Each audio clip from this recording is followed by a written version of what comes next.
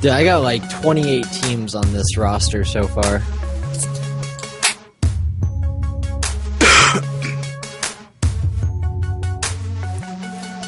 I think Sam and I are going to try to coordinate with it and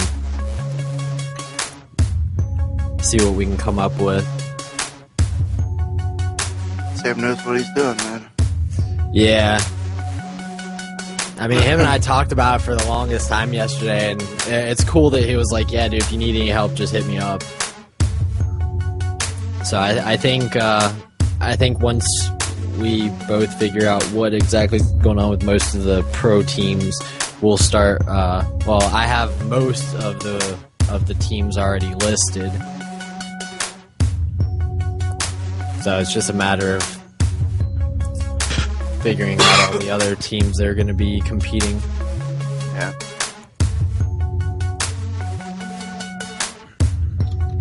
No, you go retweet me. You sure you can fit in there? You go, just retweet me. See if it'll actually.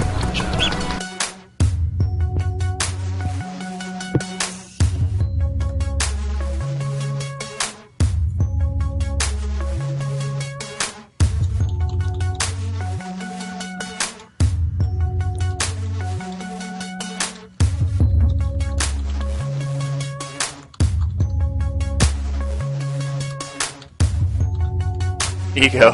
I'll be on the TheWRant in like 5 minutes making it look like fools. I fucking knew it.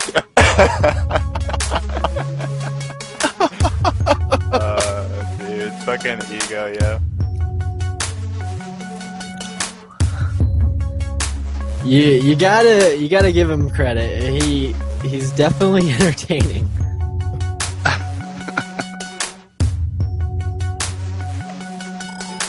Doesn't matter what the subject is, that dude can go on for hours. Paul like talking. Yeah. Why are you guys no longer on UMAD gear? I love Hex, dude. Hex just hit me up. He's like, links you want me to promote. I'm like, that's what's good. Yeah, fucking Hex, promote that shit. Ego coming up, big pack in the heat.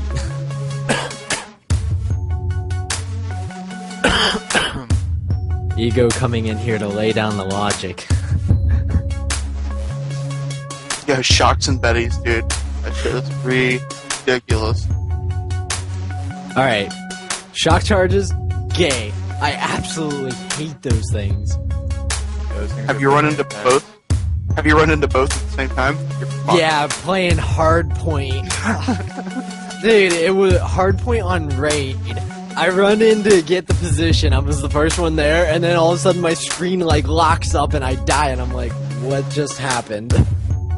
Yeah.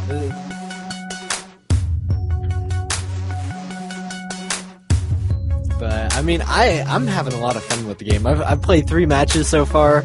Yeah, everyone go get your popcorn because tonight's show is gonna be a good one. Well, Yeah. if Ego's gonna be in here and Hex is gonna be in here, there are gonna be a lot of shots fired. Maybe a couple nukes Apoc dropped. too. Apoc was like, dude, it's gonna get heated between me and Ego, and then GoldenBoy coming on in a half hour, and then Jeff's gonna get up in here and talk about Sword Tricks and UMG and shit, dude. It's gonna get intense. Alright, there may be a couple nukes dropped then. Hey, maybe we should invite Emily as well. She could drop the mega bomb on us all. Wouldn't be the first time for that.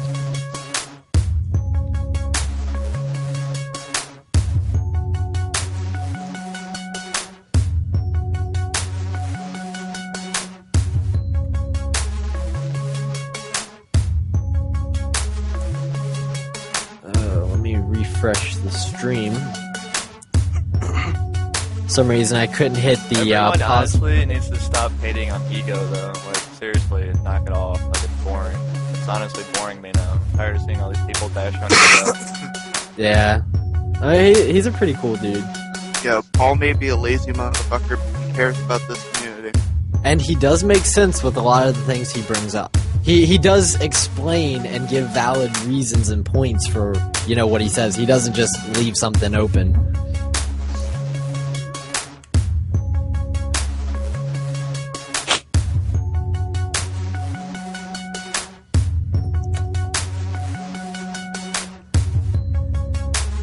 I don't see how the rules clearly don't work. Do a little minor tweaks and stuff. I think the rules are just fine.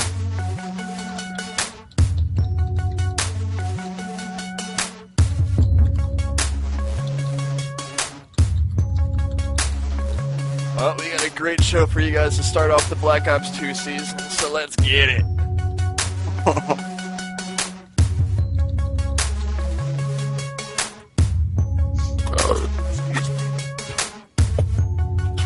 Dude, those bouncing Bettys are insane. Like, I was playing Search and I ran in there, and they had a bouncing Betty on the site, and it was like 5 of us left and no one of them left, so we all went to go disarm the bomb, and it killed 4 of us. We were like, holy shit. Alright, now I have a question for you guys. Did you get, I don't know if it's just me or if anyone else is noticing this, the Claymores, the proximity to them seems like it's a little bit longer than Black Ops and Modern Warfare 3. I haven't ran into a Claymore yet. I have. They trigger way far away.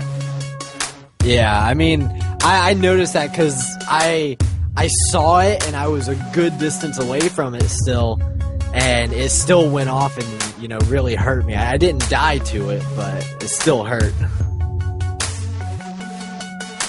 And then one, I just walked right over. I didn't even see it and got blown up from behind.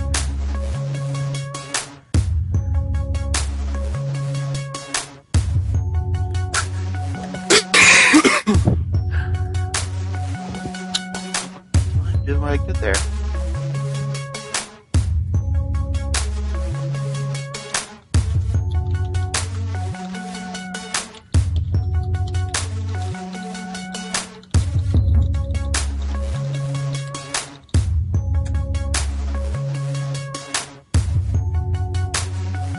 No, I cannot turn this music off.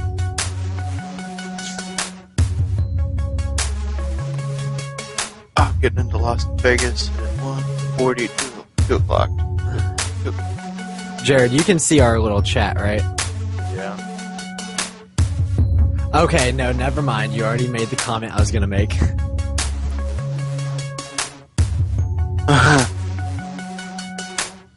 Yeah, we do have a Squid Grip giveaway tonight, so start thinking of questions to ask. Oh, Paul's hit me up already. Yo. I'm just gonna add him in now. Fuck it. Fuck. I don't want to add him in until after I do my shit. Too late. Yeah, we're not live yet, Paul. So Go away. You're live. I can hear it. Oh yeah, well the show's technically not live. I know. Well, I'm basically like a co-host at this point. Like, Oh dear lord. I'm pretty much Right. here all the time, right? Dude, when I was in that discussion last week, I wasn't even looking at the chat because I was so focused on talking to whoever I was talking to that someone said to me that I was getting roasted in the chat for like pages and pages. Dude, you were getting fucking torn apart. It was ridiculous. There were so many people just fucking hating on you.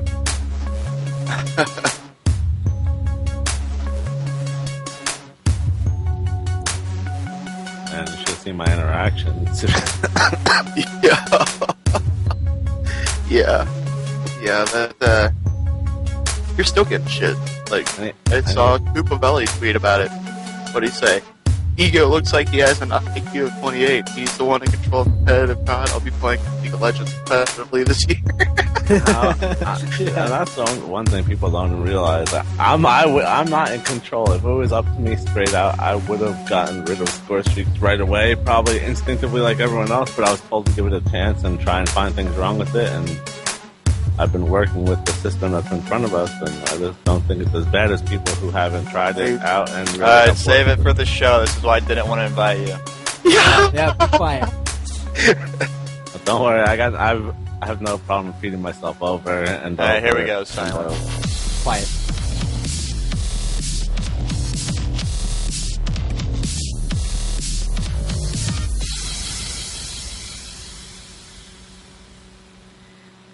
Alright, what is up, Ranters? And as all of you know by now, we have a freaking awesome show lined up for you tonight with some amazing guests such as OpTic H3CZ. We're getting Rambo up in here. We got Ego up in here already. Getting Apoc in here. We're getting GoldenBoy in here in a half hour to really debate the score streaks thing that's been going on for the past, I don't know, what, 5-6 days now. I just want to finally put the kibosh on this and end it here and now. So, I did some work earlier today trying to get some of these guys in here, and most of them hit me back, which is a good thing. It's good showing support for this show and for the community in general. So I'm going to start this off. I'm going to invite Hex up in here. We're going to get Apoc in here. We got Rambo in here already, and we're just going to hit this debate off. It will never end. Oh, it's got to end. There's no way. It's got to end. Tonight is where we hash it out. This is where we hash it out. Let's go. Is Aches planned to be on here at all? No, that's I don't want Aches on here. I'm sorry, but Aches is a good guy, but he just gets too emotional and starts screaming, and it gives me a headache. Yeah, he gets pretty passionate, man. It's impossible to end this debate because it's all opinion. Right.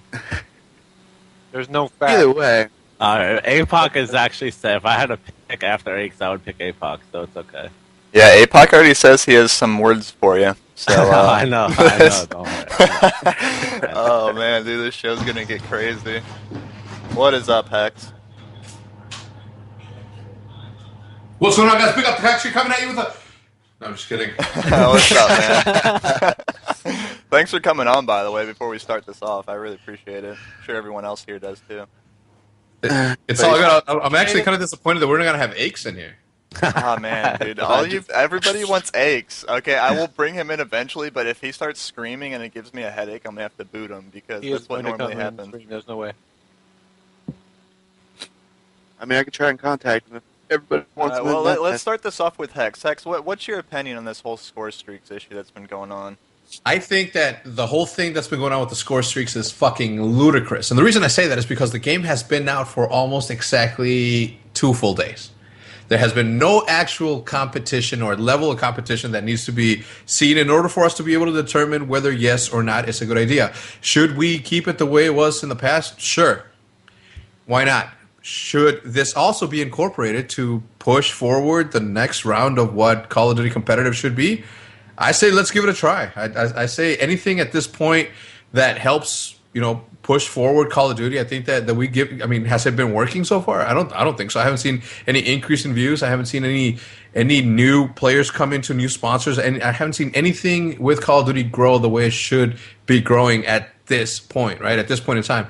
So should we incorporate score streaks? I say why not? Let's try something new. Let's mix it up, at least for a couple of tournaments. I mean, what's going to happen? You're going to lose a tournament? I don't think Aches wins every tournament. I don't think OpTic has won every single tournament. What I'm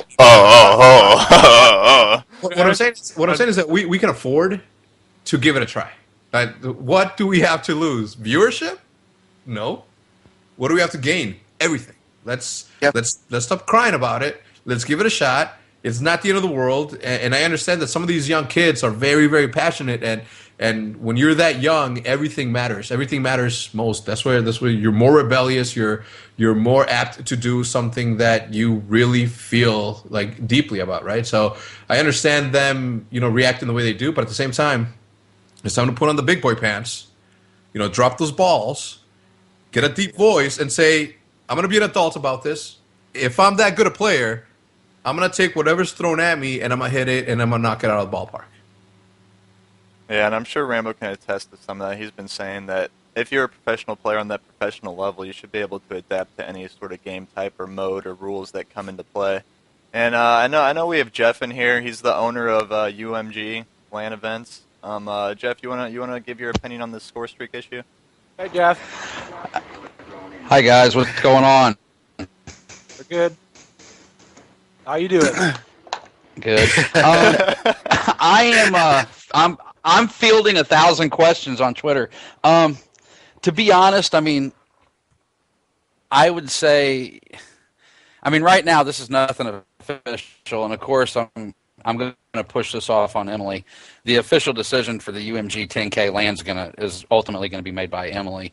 But I mean, right now the way I look at it is I'm a reasonable guy. I'm just not going to come out and say, okay, well, let's ban everything. I mean, Treyarch's put a lot of work into this, so I would be open to suggestion, to take the advice from people like Ego and Hex and Rambo especially. I mean, it's just.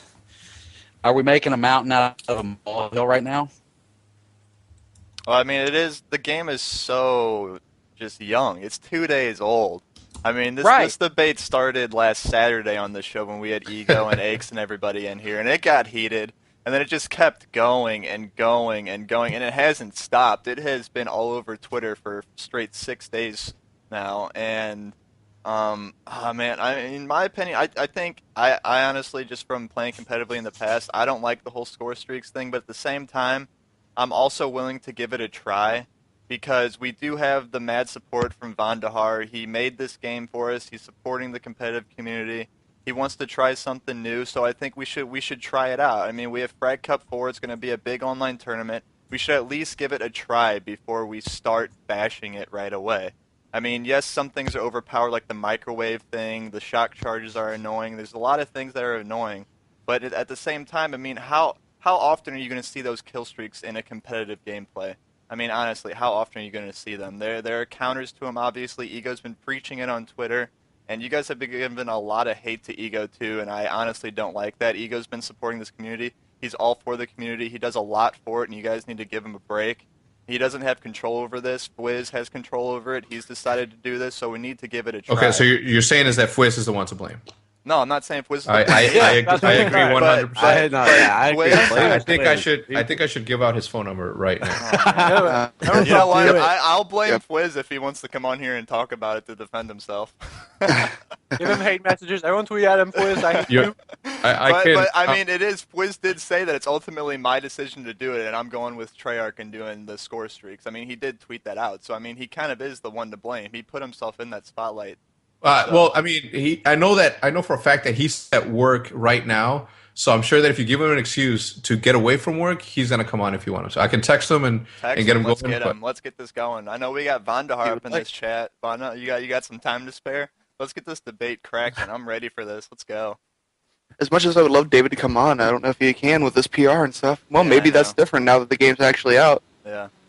But I don't know, Jeff. Sorry to cut you off there. No, it's all right. You do it all the time. Let me ask you this. I mean, I played the game, obviously not on a competitive level, but I have been doing a little bit of league play. I haven't had a chance to go through all the classes and everything, but let's just hypothetically say that, let's say for the 10K Black Ops tournament that we're putting on, let's just say, okay, there's score streaks, deal with it.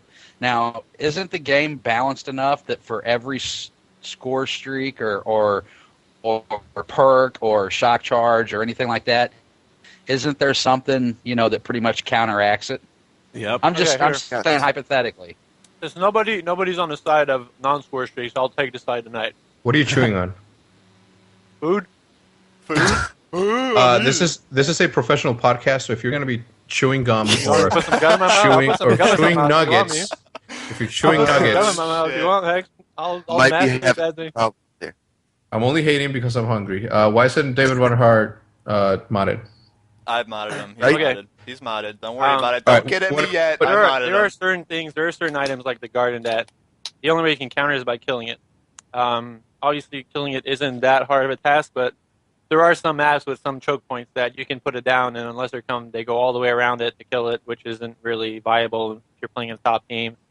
Like pretty much example, Overflow, that small hallway that leads from one side to the other, the short one. You put a Garden in that choke point around the corner, they can't shoot it. The only way they can shoot is by walking into it, which obviously you're going to die from. So I think certain score streaks like that should be restricted to. I'm not sure, depending on if we can find maps that don't have like OP spots like that. Like obviously, like example Domination. If you put it on B, there's like obviously it's a wide open area normally at B, so you can just shoot it down from different areas. Like some people just aren't smart enough at this point and just walk into it anyways. But there are a few, like example a lot of debate that there's actually like a chat going on, a Skype chat with a lot of the European pros and American pros to debate on this. And a lot of the things that come up is the fact that what's the point of using a score streak if you can counter it? Example, UAV. For example, like a lot of people have been saying, and I kind of agree with it to the point where if you're gonna have UAVs allowed, the first thing everyone's gonna strap on is Ghost. You're practically forcing everyone to use Ghost because there's no way not one. Like, who's not going to use Ghost? Maybe in S&D, maybe the first 2 rounds you'll not use Ghost, or you'll be able, like in S&D, you're able to judge if someone gets a score streak or not, if someone gets a UAV. Yeah. But while you're playing a respawn game type, it's really hard to follow like who's getting kills or not and such. And even at that point, like you're just going to strap on Ghost no matter what, because if they get a UAV, you don't want to be stuck alive with the ability of dying. Like, let's say all 4 players on the map, and they get a UAV and they actually see all 4 players while they're alive. That's pretty much, they can just kill them really fast and get a cap. I mean, that's practically a free cap. Obviously, after they die, they can put Ghost on, but they still, at that point, why would you not put Ghost on in the first place? So, I think that's something I think to be thought about. I think that what you're saying right now, obviously, that everything's counteract. You can counter everything with everything that you put on. There's a counter for it. So why put it on? Because it adds variety to it. I think that it just because you can counter it doesn't mean that you necessarily have to or are going to in a specific scenario. I think that obviously we should. David Vonderhaar and the team should definitely listen to some of the points that you guys have, but just like David Vonderhaar is not going to tell you how to run strats on S&D or CTF, you can't tell him how to make a game, right? You can definitely incorporate some of the things that he's going to incorporate some of the things that you guys suggest, but at the end of the day, it's going to be up to him, right? It's all going to be up to him to see what feels best, and at the end of the day, and the way I see it, right, is nothing has changed in Call of Duty competitive until just this very moment, right? Until yesterday, and it still hasn't been tested out. Just like anything else, Treyarch is very good at patching every bullshit that needs to be patched. And I think that anything that's going to need to be patched when it comes to competitive Call of Duty, I'm sure that they're going to make whatever changes necessary need to be made in order for it to continue to push. They're not going to spend an entire season or entire work year of developing a game which also has an esports component, to just let it die out and just not give a shit about it once it's put out. He didn't just do it to shut everybody up. He could send out a tweet and say shut up, and that's that. That's the end of the conversation. He decided to say, you know what? Let's bring in Hastro to get some advice on how we should develop this esports component. Once we have that, let's work at it. Let's see what works, what doesn't, and let's move from there. But for people to start fucking crying about it, right? And I guess I'm a little two-faced here because I was crying a little bit about the hit markers, but it's 2 days in and there's been not a single tournament on this, and there's kids fucking crying. Why isn't Call of Duty the way it used to? Because it's not working. I heard sellouts being thrown around. Sellouts? Yeah, I saw that. Who the sellouts? Yeah. That's so dumb. Call your dad a sellout who goes to work for somebody else. That's the sellout. Because I can guarantee you that whoever your dad works for, unless he loves his job to death, like I love playing video games as my job, there's no sellout there. I'm a sellout then. I hate my job. I have a couple things to Rambo. See, the way I look at it, when people say, oh, well, I have a UAV, you use Ghost, there's no point. Well, in my opinion, say I got a UAV and you put Ghost on, my team earned that UAV from getting points off of your team. And yeah, you put Ghost on, and it seems like there's it's just no point because you have Ghost and I got a UAV. But the point, really, of my UAV then isn't to see you on the UAV, but to force you to sacrifice something else in your class to use Ghost. Before you keep going, let me stop you right there for a second. Are you telling me that at the start of any time during a respawn game type mode, capture flag, or hardpoint, or domination in league play, you are playing without Ghost? At the start of any player, maybe for the first push, I'll agree that Ghost probably isn't necessary. But anytime after spawning Ghost, anytime after your second spawn, are you going to tell me you are going to run around without Ghost? That's the question here. It really depends. One thing right now, honestly, the only thing that I want out of Vonderhaar, and the one thing I push for more than anything, which I think is an issue with having to switch, because I'm all for being able to switch, and yes, I like running around without Ghost on, and then be aware enough to see, hey, they just called the UAV, let me switch. I don't care if they saw me for that one life on the map. That's their advantage for having the UAV. They saw me one map. I know as a pro player, or you saw them call the UAV, you know they have a UAV, you know you don't have Ghost on for that one life, you'll play more aware to it. It's all ends up being a mind game. But then you sacrifice toughness or lightweight to put Ghost on, and that's an advantage to me for getting that UAV. Even though I can't see you on the UAV, I made you sacrifice. My question: are you actually going to play without Ghost at any time during a game? You're going to be switching back and forth classes. As much as I can, when I see they don't have a UAV, I switch to my other class. But what my main complaint right here with that is that we only have 5 classes, and to be able to sit there, it's impossible right now to go into league play, and especially going into league play, you have 3 seconds to know whether you're playing Dom, Search, or whatever game type. You can't change your classes, and with everything allowed, you need to have, my classes are all based on what game type we're playing. If we're playing Search, I'll have Dead Silence on. I don't really need Dead Silence in Hardpoint or CTF in this game so far from what I've seen. You can only really hear people if they're right next to you. Just like you said, I want to start out with Lightweight on, but if they get a UAV, yes, I'm going to change to Ghost. But you need to be able to create all these classes to be ready for whatever can happen. If they get a Guardian, I want to have a class ready with an EMP grenade. If they're using Betties, I want to have classes ready with Flat Jacket. You need to have those classes to be able to counter everything and make... And in my opinion, from that point, when everything gets countered, and in the end, from what I have seen, if everyone's using, say, Flat Jacket, Tac Mask to prevent stuff like that, and you can have classes, you could have, Black Jacket and Tac Mask and Ghost, and still have 3 attachments on your gun. But what I've learned from that point is you're basically eliminating stuns and nades. The kill streaks don't come into play as much, and the only thing left in your hand is your gun. That's what I've seen, because stuns don't hurt me, nades don't hurt me, kill streaks don't affect me. All I have is my gun, and that's how it should be. I've brought this point up. Paul, I've brought this point up to everyone so far, and all they tell me is, what's the point of using those if they're counterable like that? What's even the point? You're pretty much... So many, what you're doing is you're actually slimming down the version in the game by just the counter to score streaks in the first place. Because you're pretty much just using your... No, let me finish. Without those counters being there... Paul, stop. Paul. It's not a talk over people game. Hold up. Let him talk, dude. You're going to let people talk, Paul, and people are going to let you talk, all right? Just stop fucking talking. We're gonna be big boys. Let's be mature about this. Can we be mature about this? Hold on, let me say something. If there's one thing this community is not, it's mature, okay? Like, the way we've gone at this with the score streaks, we've been bashing, like, people like Ego. There have been people bashing Vandahar. We finally get support from a developer, and this is how we're acting. We need to go at this at a mature manner, okay? The way we're doing it right now is not gonna solve anything. It's 2 days in, people. Okay? Yeah, it's just gonna shun people away, like Vandahar. Like, I think Vandahar already left this chat because you guys constantly... We're badgering him about the decisions that are being made. Okay, he's still in here? Okay, I thought someone said he left. Not only that, guys, but and I'll say it again. The game's been out for 2 days, all right? And what you do in this installment of Call of Duty is going to shape the future. Are we going to be lucky enough for Infinity Ward to fucking get their head out of their ass and say, you know what? Treyarch got it right. I think that this is what we need to do. Do you think they're going to incorporate an esports component?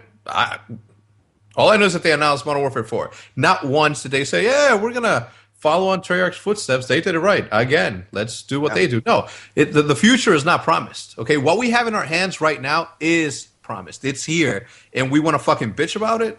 Let's get real. We cried, or not me, because I'm a big boy, but people cried and cried and cried. Why wasn't Modern Warfare 3 in the circuit? Why wasn't it an MLG? Because Infinity Ward didn't have... and didn't make or provide the requirements necessary in order for it to be on MLG. What did Treyarch do? Exactly what we wanted them to do. They added a little spice to it, which we haven't tried, but we have it, right? Let's work with what we got instead of fucking crying about it, because if at any point, and I'm not saying that this is going to happen, but say somebody in David Vonderhaar's position over in Infinity Ward was considering doing an esports component to Infinity Ward's Modern Warfare 4. Do you think they're going to want to do it after people are crying? I don't think so. I wouldn't do it. I say, fuck it. I'll just continue to sell, my game the way I do, billions of sales, and not give a shit about the 0.00002% of the people that want to see competitive esports grow. Can I answer Rambo's question? Go for it, Ego. All right, so Rambo asked me... Well, actually, before you say something, we have Golden Boy in here now. What's up, Golden Boy? Hey, what's going on? I understand you're coming from the IGN League offices, aren't you? Is that the offices behind you there? Yeah, this is it right here. This is the IGN Pro League offices. What is Those- that? Where's where I am, trying to be all fancy with it. You know what I mean? Because bitches be crazy. Is it a beer pong table? No, but there is. Oh, well, we have a lot of boxes for like IPL 5, but there is, if you could see closely, a foosball table back there. Ooh. So yeah, but it's pretty loud, and we don't really mess with that. Anyway, back to the situation at hand. Yes. Paul, if you can go ahead and continue. Okay, so Rambo said, what's the point of using them if there's counters to them? And the way I look at it is how the classes end up playing in the end. In the end, there's always kind of a roundabout, like, I don't want to say default class, but pretty much a standard set that everybody's using.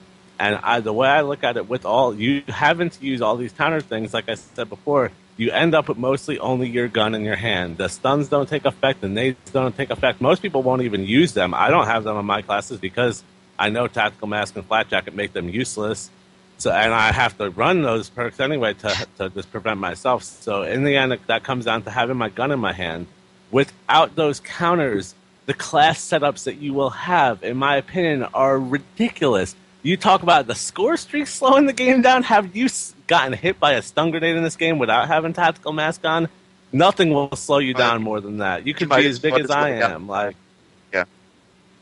Hey, well, if I could just say real fast, like, there's obviously like a lot of problems that's going on. First and foremost, with the Fwiz hit the nail on the head. To be honest, in that Deserto post he made, before anything needs to be discussed, the way that some of our top players are acting is completely childish and retarded. And I don't want to use that kind of phrase, but it is the honest truth. It's like, come on, like, just grow up. Right, like, grow up. That's really all that I could say about that. But Thank God for my teammates.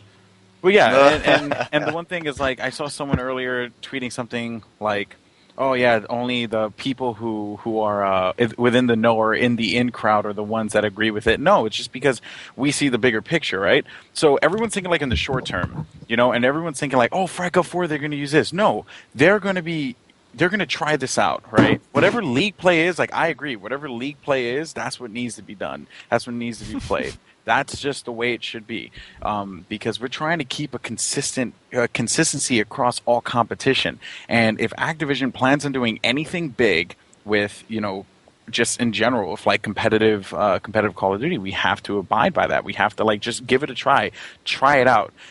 Ego is right in what he's saying on Twitter. Maybe, because Ego is a very emotional individual. He's an emotional beast, as we've heard that before in the rant prior. Like, he just the whole thing is that everyone has a perspective. Everyone has a perspective, and everyone says like they have a solution, but like everything's been kind of tried already. Like, I remember back when Black Ops was on the pro circuit for MLG. Sony PlayStation would always put it on their little ticker, and you'd click on it, and it'd take you to the MLG website. So, like, as soon as I hopped onto my PlayStation 3, right, and I looked at the PlayStation, like, ticker on the side there, and it was clearly evident. I used to see Major League Gaming Pro Circuit Black Ops powered by PlayStation. I would see that there, right? But that's not going to incline me to go. Someone saying advertising is why, the views are not that good. No, it's not. It's because people do not like what they see, and that's it. It's I don't know. That's just my perspective, but let's just move on. Well, a lot of people need to realize that it's still in beta, too. This is still beta. There's still things that can be changed. This isn't the end-all, be-all what's on the league play right now. Yeah. Oh, and one more thing I want to point out real fast, because actually Vandahar is in the chat, and he pointed out something about Pick 10. So last night I was playing a Mosh Pit, right? I was playing with a few friends of mine, and we were playing Flag, and we were getting destroyed because this one team were constantly throwing like Guardians down by the Flag, right? So everyone's thinking to themselves, man, how are we going to fix this? I put an EMP grenade, taking care of that one, right? It's rock, paper, scissors. It's called Shadowrun. Like, you guys remember that game where it was like a great rock, paper, scissors mechanic? Is everything perfect? No, not everything's perfect. Like, tactical insertions aren't great, for obvious reasons. Care packages, deliver a sense of randomness. But, like, overall, though, like, the concept is very, very, it's there, and it's fun. And I've been having a good time playing it. So I don't understand. People are just afraid of not being the best anymore. That's what it is. They're afraid, and they're cowards. And just step down. And just, if you're going to complain, because you know what? Someone's going to replace you. That's just Thank you. Don't like it. Don't like play it. Peace. Because someone is going to replace someone you. In my position, right? A top AM would love for the chance Big OpTic Hex stepping in to be able to step in and not have the competition. Oh man, Hex playing in events this year. Let's go. Who's picking up OpTic Hex? Hex is coaching us. Hey, we're going to make Hex into the T1 coach. He's going to be calling out UAVs and shit like that. And so that's actually an interesting variable. Like maybe coaches actually have a use. Yeah, maybe coaches do have a use. Listen to what David just said as well, right? It makes and it's also a duh, right? If you guys want to go back to GB and restrict things that you don't want to, you can still do that.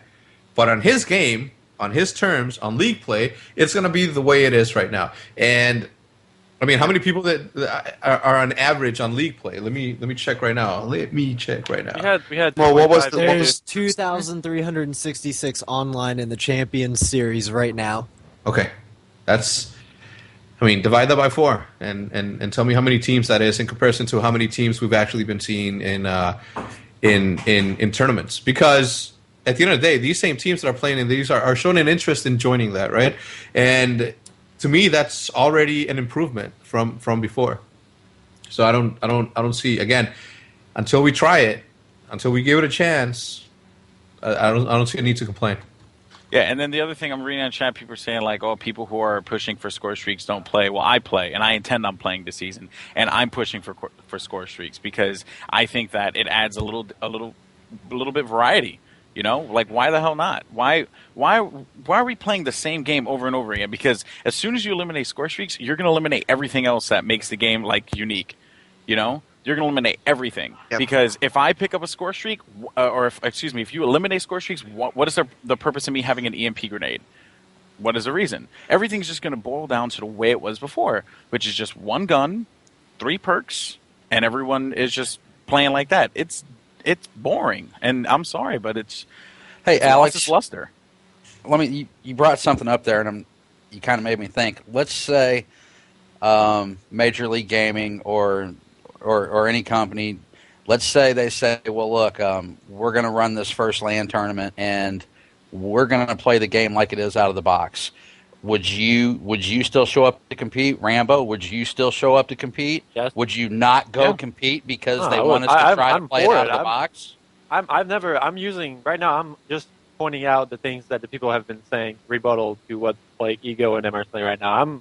To be honest, in my position, I'm all for whatever is going to grow us. If Treyarch actually feels that this like any kind of support Treyarch gives us is going to be good. And in my opinion, at this point, if Treyarch is willing to support us with the rules that they want, I mean, why wouldn't we want to do that?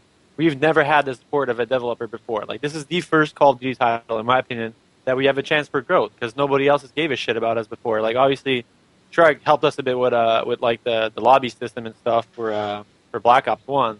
But as far as like a game with actually competitive stuff in the game, this is our first shot at it.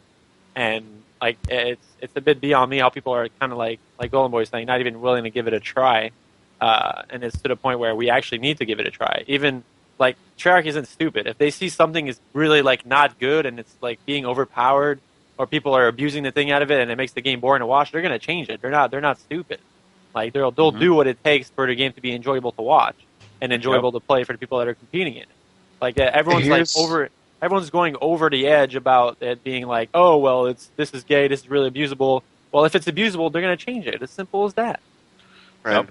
Well, something that's being brought up to me, Parasite, is I'm not agreeing with it or disagreeing. He's saying 3 set score streaks that everyone would use, and you could use them appropriately, to counter things. But I don't know if I completely agree with that, just because, I don't know.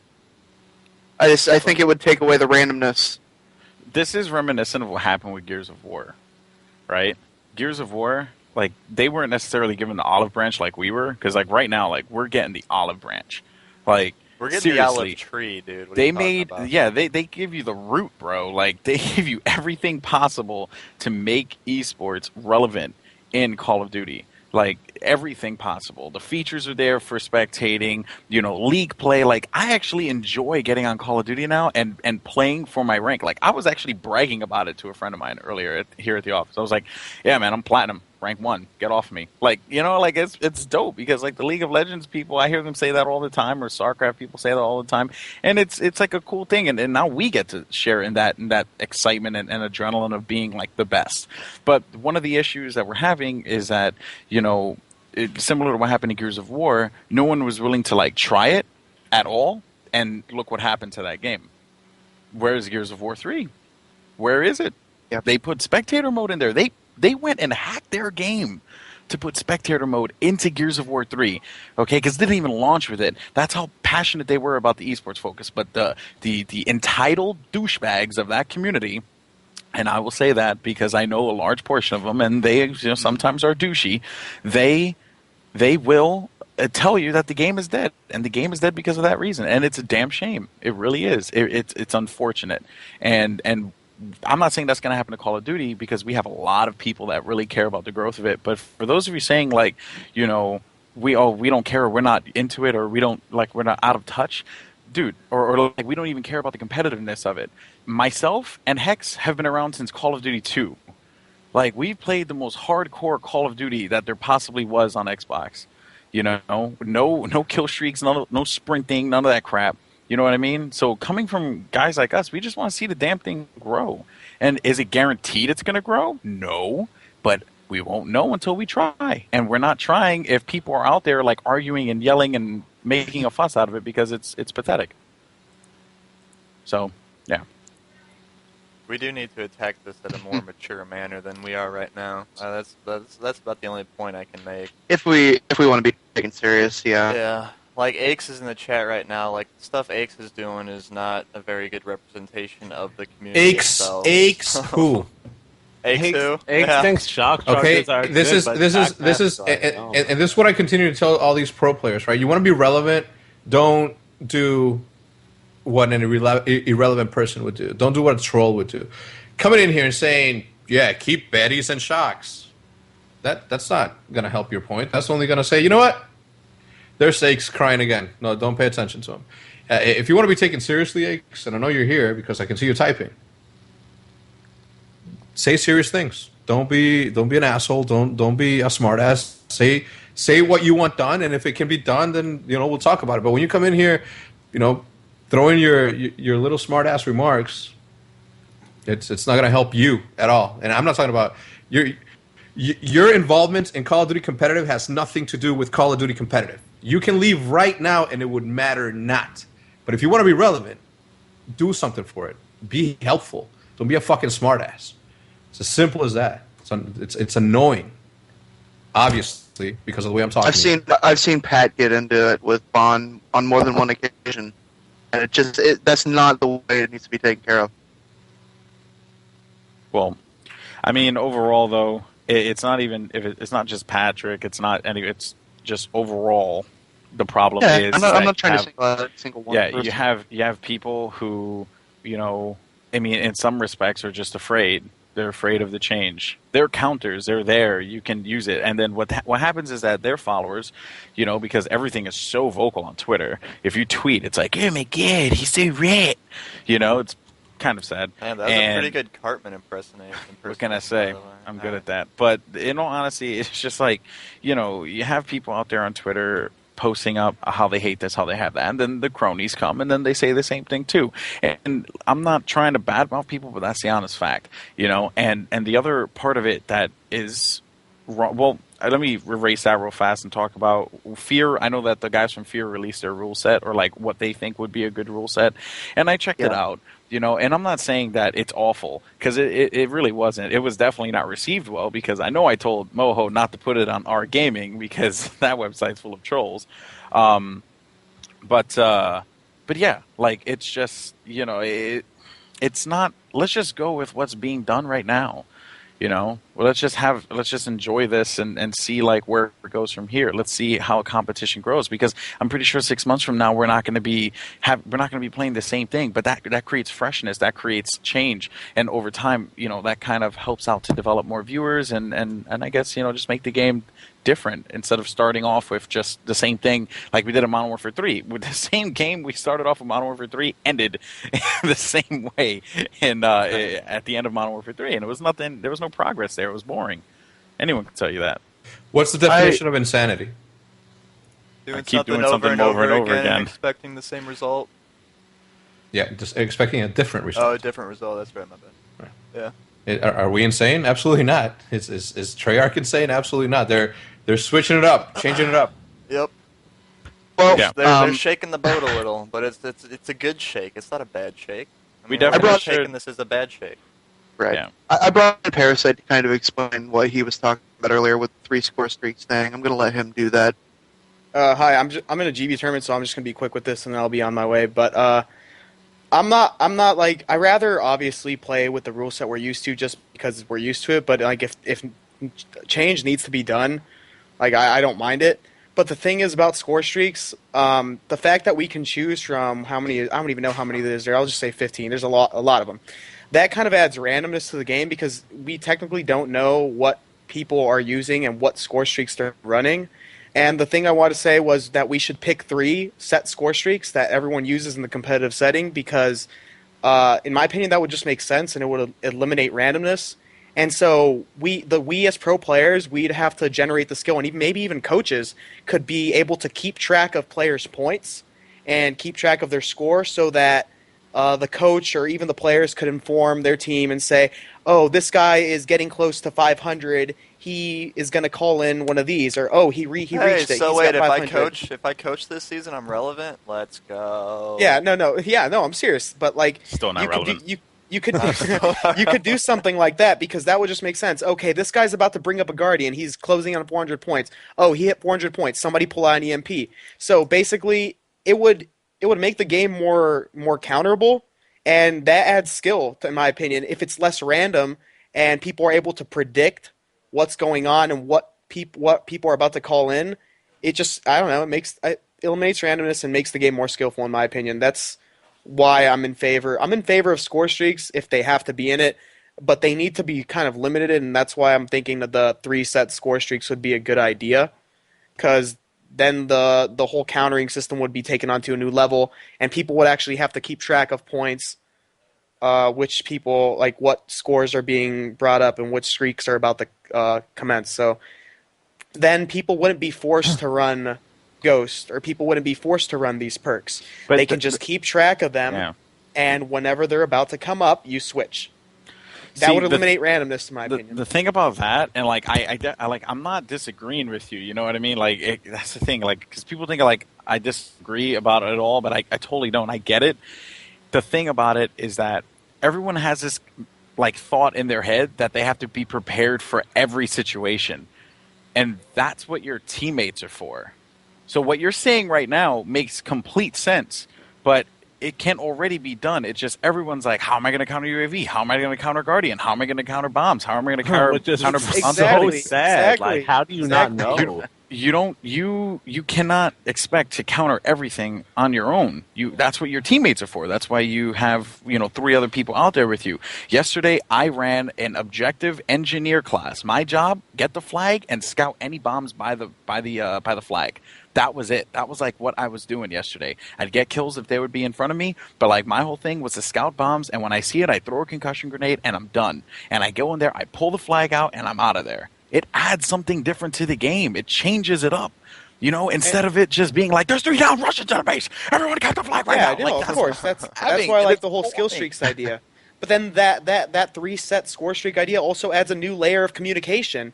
You have to consistently be talking to your teammates and keeping track of the score. So not only are you keeping track of just yourself trying to stay alive, you're keeping track of trying to win, and you're keeping track of trying to avoid them to get score streaks. And if they do, you got to counter them instantly. I'm kind of confused on where you stand right now. Listen. I like the idea of the whole score streaks and being able to counter them, but I think like my idea just makes it better in my opinion because it just eliminates random. It's like if you don't know what other people are running, what score streaks you're running, then you realize 90% of the score streaks have the same exact counter, right? It doesn't matter which one you have. Like if you name a score streak, I guarantee you can name 10 score streaks, and the counter for all the 10 of those is the exact same thing. It's going to either be flak jacket or a stinger. Most likely, actually, a flak jacket.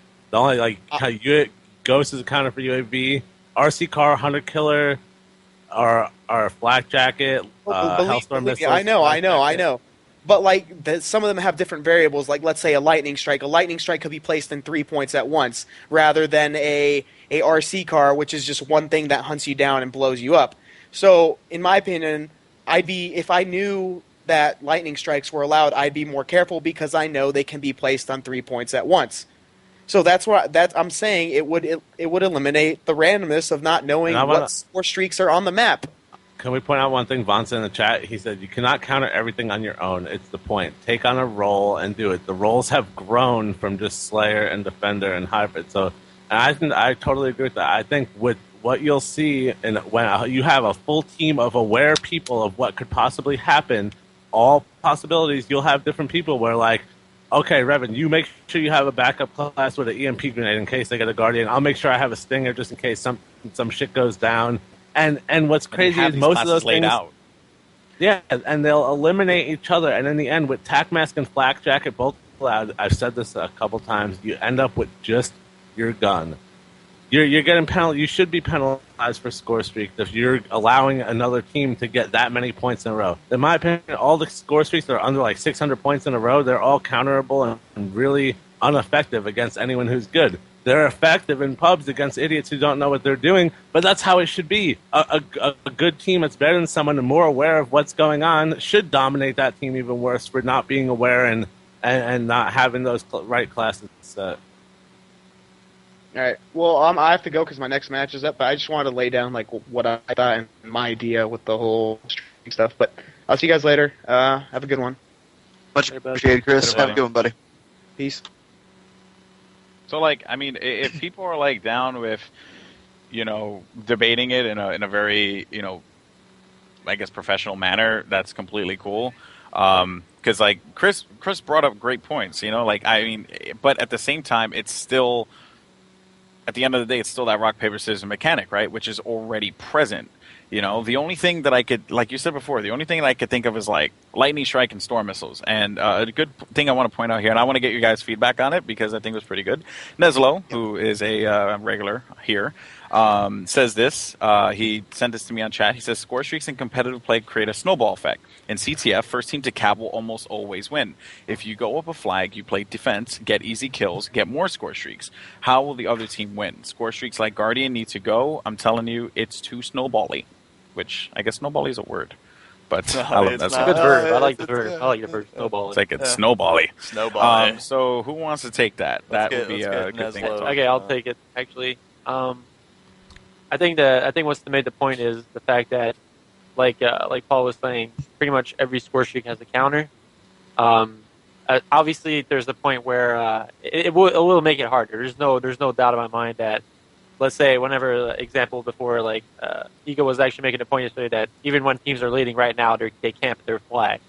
It will make it easier on them to actually camp a flag. Now, example, they do get a Guardian and they do put it in a position that's hard to get to in the back of their base that has like that pretty much like eliminates a quick flag pull or something like that, where they have to go around it or they have to use something to break it, which obviously is the point where what I'm trying to get to is the fact that those counters hurt your chances of killing them first to start with. I think that's really what's the problem with that, is the fact that right now if you camp, you still have the same guns you still have the same guns they do to kill them. But let's say a team starts camping after they get a lead, they have these slaying classes, where let's say they have 3 attachments, 2 stun grenades, or like bouncing betties all over, shock charges or whatever. Obviously, you can use tac mask and flat jacket, but those perks hurt you to get there faster. Those perks hurt you to actually get the kills in the first place, because obviously those players can shoot back at you with the buffed up guns that they have in the first place. So I think that's why that's not really the fact that they're going to get score streaks. The fact that they can use things that don't really necessarily counter your score streak, because you're not going to be getting that many. Well, I mean, like just thinking outside the box, like how difficult would it be to switch it around a little bit to where, like, when you die, whatever score streaks you have are eliminated.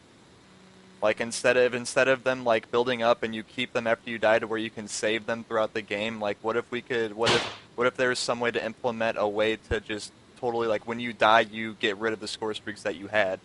No, that's not part of the game. They would have to. I think the fact that when you die that you get your war machine back is a little OP, but that thing is not very good against Flat Jacket anyway. I've started to learn. At the very beginning, I would get a war machine and I would just get 4 pieces and 4 shots.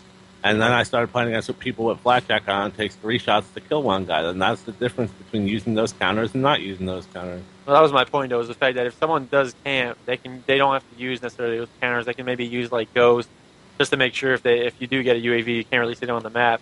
But if they have like 2 stun grenades and they're forcing you to use another perk that does like it's not extreme conditioning or dead silence or lightweight, those perks which allow you to get faster across the map, get in a position to get a pull and actually get that pull across the map faster. Like it just makes it even harder to the point where if there's a team in the lead to come back in a game. Like that's probably I kind of agree with the fact that snowball effect that's not even like a direct effect. It's just like a secondary thing that you have to think about when Porsche trying to play like that. But don't you think, Rambo, that all right, like before, even when other teams didn't have a lead, but just say we're playing you guys in MLG, you guys have a lead and you're playing defense. A lot of teams do that. A lot of teams will play defensively even when they don't have a lead without kill streak. That's just how the game was.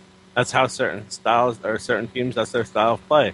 But don't you think that if you're actually the team is on defense against you, don't you think that kill streaks could help you break their defense just as much as they can help the other team? Yeah, but that's the defense? point. You have to get those. How many times do you see people actually out killing a good defensive team? Like there's positions you can hold. There's choke points you have to rush through a choke point to kill the guy in the first place. And that's the point I was making. The fact that their weapon that they're going to be using for that class of camping class, or let's say like holding a position class, is going to be much stronger than your gun. So you're going to have to. Let's say they're in a power position behind a head glitch, you got to actually kill them before you can use those. You got to get those kills before you can do the kill streak. Like, obviously, they're going to be, like, example in CTF, they're going to be protecting their objective. The objective is, by far, the easiest way to get score streak. Like, if I run a flag, I get 1 kill, I'm going to have, like, a UAV or whatever. I'll have, like, maybe even a Guardian after I get a kill in a flag. That's one thing I'm not really for. Like, one thing I really hate is 200 points for getting on the hard point is a lot. That's way too much. You want UAVs inbound? Like, that's way too many points. You should get like 100 points for getting on the hard point. Pretty much, yeah. Those are things that, but pretty much to come back to the point of like CTF, like, don't you agree that let's say a team has a lead and they start camping with those weapons and they start putting all those things that force you to use those perks that kind of get away to the point where you want to use those weapons to get the kills, but you can't really do it. It's like, isn't it like something you think about? Like that would be really difficult. Like, that makes the camping and lead even stronger than it was before? It depends, though, like, because wouldn't you say map control is more important than defending? Well, I'm just saying, if they have I like a team that plays defense and is going to give us map control. Even if they're up by 1, I'll take that map control if they're really going to push themselves back. And then you work from there. Yeah, they have a lead. That's something we gave up. We're punished for giving up that lead. So, yeah, it's going to be a pain in the ass. But, I mean, people did that even without a score streak. Yeah, but I'm just saying, like, it's going to make that first cap even more, like, wardful than it was before, which is, like, somewhat deceiving. Because it's like, if it's a 1-cap game, then after that first cap, it's just going to be really, really slow. And it's not necessarily enjoyable to watch at that point for the people that are viewing. I think it will be kind of slow, but I think that this, I don't know if you agree, but I think that this Call of Duty so far plays as fast, if not faster than any. I'm right next to MW2 because you have lightweight and marathon, but this game plays very, very fast. It's the same thing. Paul, it's the same thing. Every time there's a new Call of Duty game out, it always plays fast until people figure things out. It's always been this way. Like, you'll always feel like a game plays faster when it comes out. Like, Modern Warfare 3 when it first came out, Dome CTF especially was like the fastest playing. You would never see like a game under like 3 or 4 caps per team. But once people started figuring out how the map worked and how it played, and like you just couldn't give up this position because if you gave up that position, it was a sure cap. People will start figuring things out, and it's going to be the same thing in this game. Every time someone figures a way of playing a map out, they'll figure it out, and they just won't put themselves in a risky position where they can give up a flag. Or in this case, even more this case, they won't put themselves in a position where they won't be giving up score sheets. They like, for all I know, if a team really wanted to, they could just like push up about like 2/3 of the way of the map and just sit there and wait for the other team to push them and get those kills to get those score streaks going. And you could see a lot of stalemates for the fact at the start of the game for that being it's almost like a TDM play. Like I can tell you for sure, like my team would be like super careful at the start of a game just to make sure we don't give them that fast lead, because if they do get a flag, then they pretty much control the game. It's in their hands. It's up to them to screw up. It's not up to my I agree. team to I beat think them. the gameplay will end up being more cautious because you don't want to. You have to be so much more aware of who's getting kills, which was something that I think pro players were. That's probably what gave them the lead over amateur players. Is pro players are so good at keeping aware of who's alive, where and where everyone is in the map. So you're not seeing as many 2 and 3 pieces.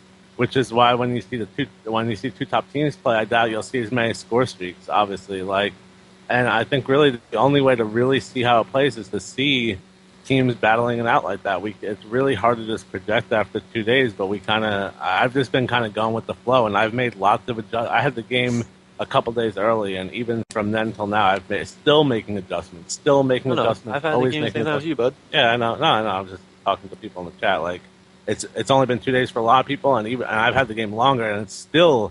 Oh yeah, there's still make adjustments. You just have I'm to still give not sure what weapon I'm going to use. There's so many. Yeah. All I know, good. Rambo, is keep posting those class YouTube bits, dude. I'm gonna be watching everyone. I'm trying to get in depth with more and more. That's the point, though. It's I really enjoy that's the thing I like the most about Score Streak is the fact that it's undeniable that the diversity in classes is going to change all the time. There's going to be a different meta game. It's not only going to be the way people play the game now, it's going to be the way classes are made. And example, for Modern Warfare 3, if we look at Modern Warfare 3 from the very start, we were pretty much the most successful team on Modern Warfare 3. There's nothing changed from our classes from the first day we started playing the game. I had the same perks throughout the entire game, and obviously, there was no point for me changing because that's just what it was. Those were the classes that you had to use to be successful.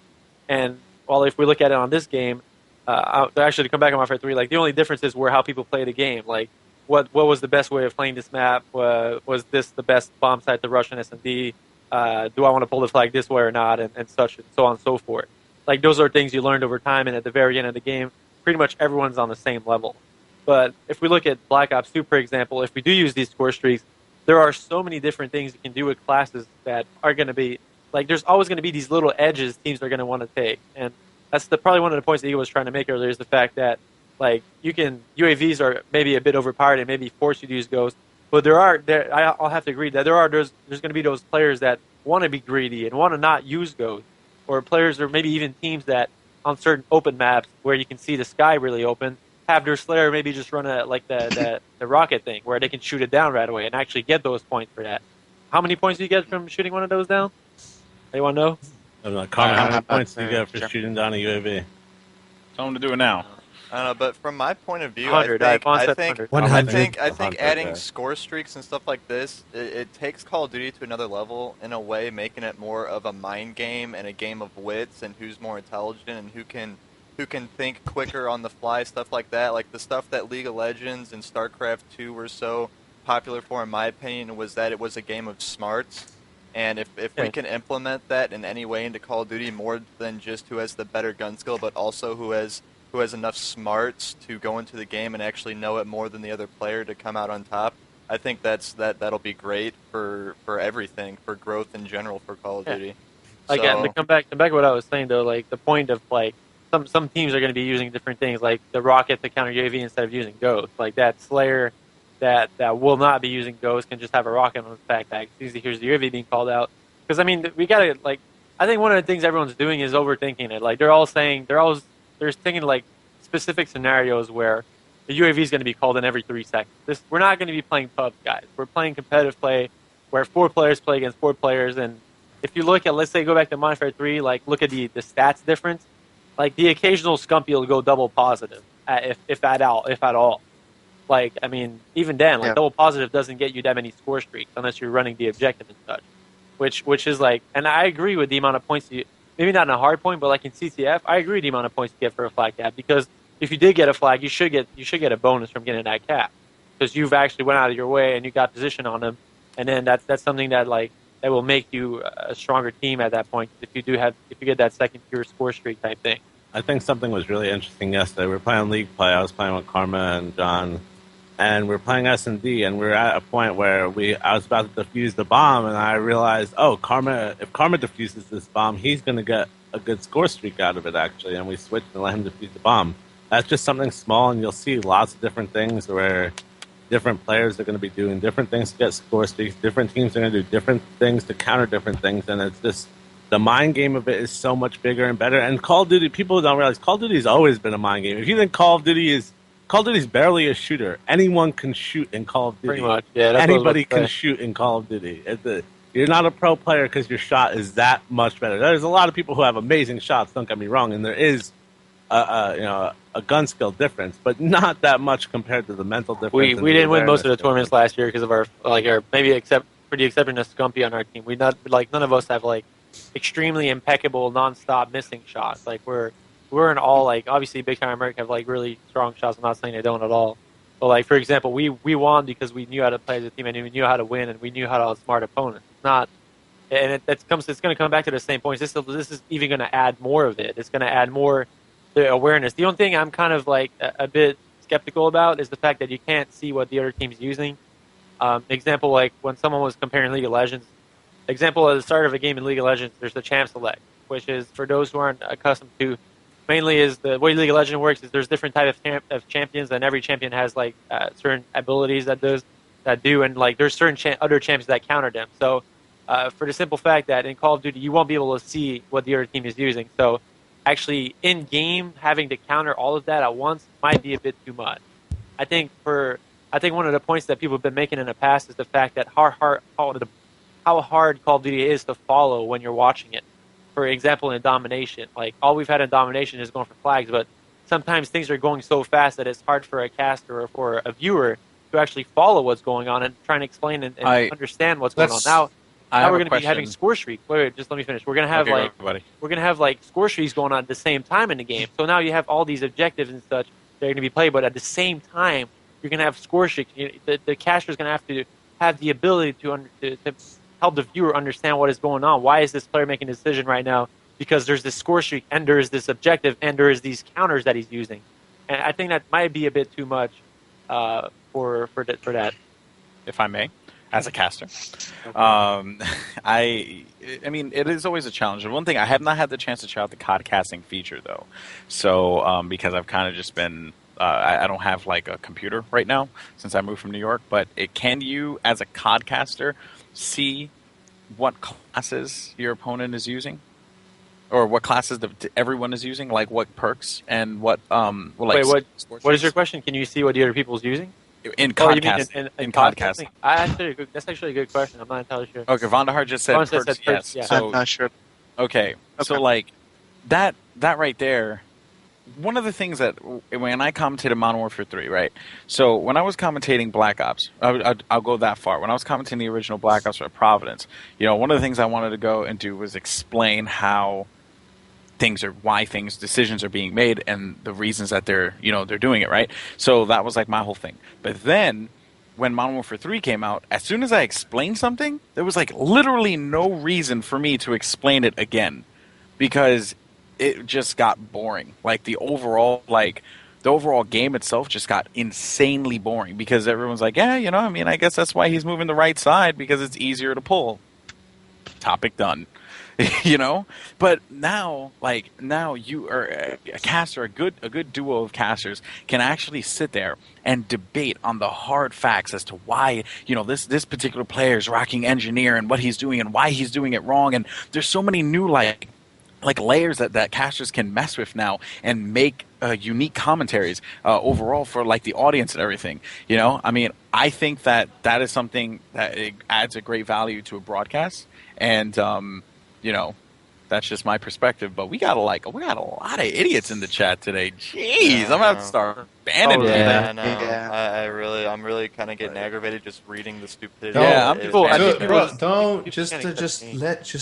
Just hit the button. Don't acknowledge it. Let's let it fly. It's funny. Don't let it fly. Let it fly. Don't let it fly, but don't bring it up in this conversation. I probably shouldn't even say this, but I actually think it's an interesting thing for someone to say, and it's the first thing I've seen that actually could make some sense at all, but I doubt it would ever happen. I just want people's opinions on it. Is what if a score streak was part of the Pick 10 system? That would make sense. But I mean, then again, it's not in game, and that was. Wait, you want them to rewrite the code for Black? No, I'm not saying it's that's an possible, interesting. or It's an I'm just saying, interesting. what if? It's just an interesting thought, is what he's saying. Like, for That would be sure. an interesting thought. Here's an interesting thought, and something that would help League Play have more players. If you were to give, say, the second that you hit Platinum or whatever status you are, once you start playing League Play, if that symbol, if there was a symbol for it, if that carried over to your regular pub lobby as a bonus to whatever prestige symbol you're already at, say put it at the end of your name or at the or right alongside to the left of the original prestige, if you brought that on, kids are going to be like, whoa, where'd you get that diamond? And then you're going to be like, I mine that diamond. I got that diamond from levels 1 to 15 from Bedrock going up. No, I'm serious. Stick to it. And the only reason I brought Minecraft in is because we brought in League of Legends. Let's not compare our side of the esports world to somebody else. Let's not do that. It's like relating basketball to football. Let's not do that. Competition, fine, whatever. Let's just talk about Call of Duty. But Hex, what if it was something as simple as a calling card or an emblem that you got from playing League Play? No. I mean, I think. No, I mean, what I'm saying, those are things like, have you seen the? I'm already third prestige, and actually, as you prestige up, and a lot of people who play public matches for those prestige, I think Vaughn would probably agree with this. Those hundreds of thousands of people, they care so much about those calling cards and emblems. Like, I know. some of them are fancy, and people like that fancy, just like with camos. yeah, that's what I'm saying. What I'm saying is that you can go through 120,000 of those calling cards or whatever you want to call them. Fine. If you were to add an additional thing like an asterisk that said gold player, bronze player, diamond, master, pro. If you add that on, kids are going to be like, holy shit, I want that. Just the way I want my little mushroom or my little perfectionist emblem or whatever call sign is not right now. If you're to incorporate that is just an add-on to what's already there, kids are going to be like, you know what? I need that. And you know what? It's not going to be easy for them to get it, but they're going to play it until they get it, if they ever get it. So, just thought. I think that's a good thought. That's a very good thought. That's something they can actually do and implement. And Those are the big fans I have, man. Yeah, I mean, that's why they pay you the big bucks. I mean, buddy. you just think about it though. You're in a pub. You're at the top of the score. You're shitting on some kids like, man, that guy's good. And then they go to look on your little icon in the lobby and like, shit, that emblem is freaking badass. How'd you get that? And yeah, it's a ripple effect. And that's one ripple effect that could actually work very well in competitive advantage. And it could bring a lot of people to the league play for sure. That was a great idea. I'm glad you thought of that. I'm sure David's like writing notes. He's like, good idea, but I'm not going to credit notes.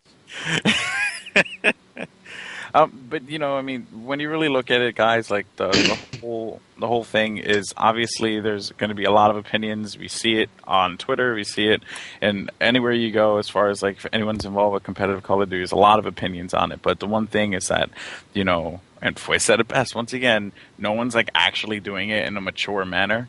And that's another aspect that's being a big problem, because when a guy like Vandahar is going to see like all this negative feedback on something that he worked really hard on bringing to us. I mean, I'm pretty sure that meeting must have went real well, where he's like, yeah, I want to focus on esports, and then they're like, the fuck is that, and then that's just like, I mean, I don't know how it goes, but I'm pretty sure like Activision at some point in time took some notice to it. But one of the things that I go ahead. Sorry. No, I was just going to say that I'm sure that David Vonderhaar knows who and who not to pay attention to. So.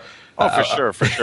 But it still hurts. You know what I mean? Because it's like if I make like a fine painting or something like that, which by the way I make them all the time. If I make something like that and I have someone come over and they're like, "Dude, this fucking sucks, man. You have put the score streaks out." And I'm like I don't want to take the score streaks out of my painting. But overall, like if I make something and people say it sucks, I'm gonna be really, really angry about that, because it sucks. A little disgruntled. I would be disgruntled. Why wouldn't you be? And I mean, just have some damn decency. Present idea like as small as we are. Present some ideas in a decent manner. Don't be a douchebag.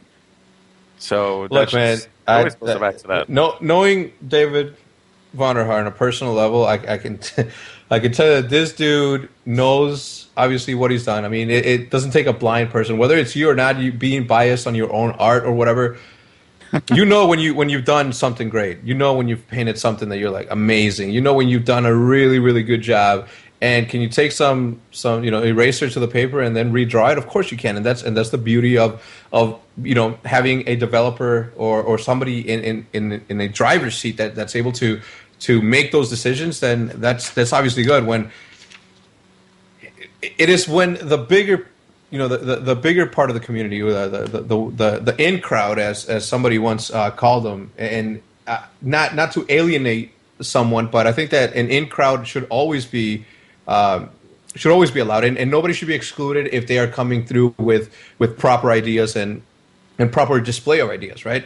But I think that an in crowd is always something that's going to be necessary, because right now, today, we are the in crowd. Right this instance, we, right here in this call, are the in crowd for this particular thing. No one in here is yelling. No one in here is fucking throwing the F word around like I just did. And no one's just shouting nonsense. We're coming at this from the proper way. We're making suggestions the way that they should be made, without screaming or name calling or just calling a game shitty 2 days into the game. So, that's what drives me crazy. People are like, we tried it. No, you didn't try it. It's been 2 days. How have you tried it? Yeah. It literally takes it takes 8 months for a Call of Duty game to actually be played at this highest level. Literally, Call of Duty, for the first 8 months of Modern Warfare 3, we were playing we were playing Call of Duty. Obviously, we had the rules there, whatever. But I'm just saying, as a meta, nobody really knew what the fuck they were doing until 8 months into the game. Just saying. As far as a perfectionist player that really likes to have set strategies that will pretty much take all the risk out of my team's possibility of winning or losing. Where I really hate when I don't feel like when I'm in control. I didn't feel like I was in control at least 8 months after the game came out.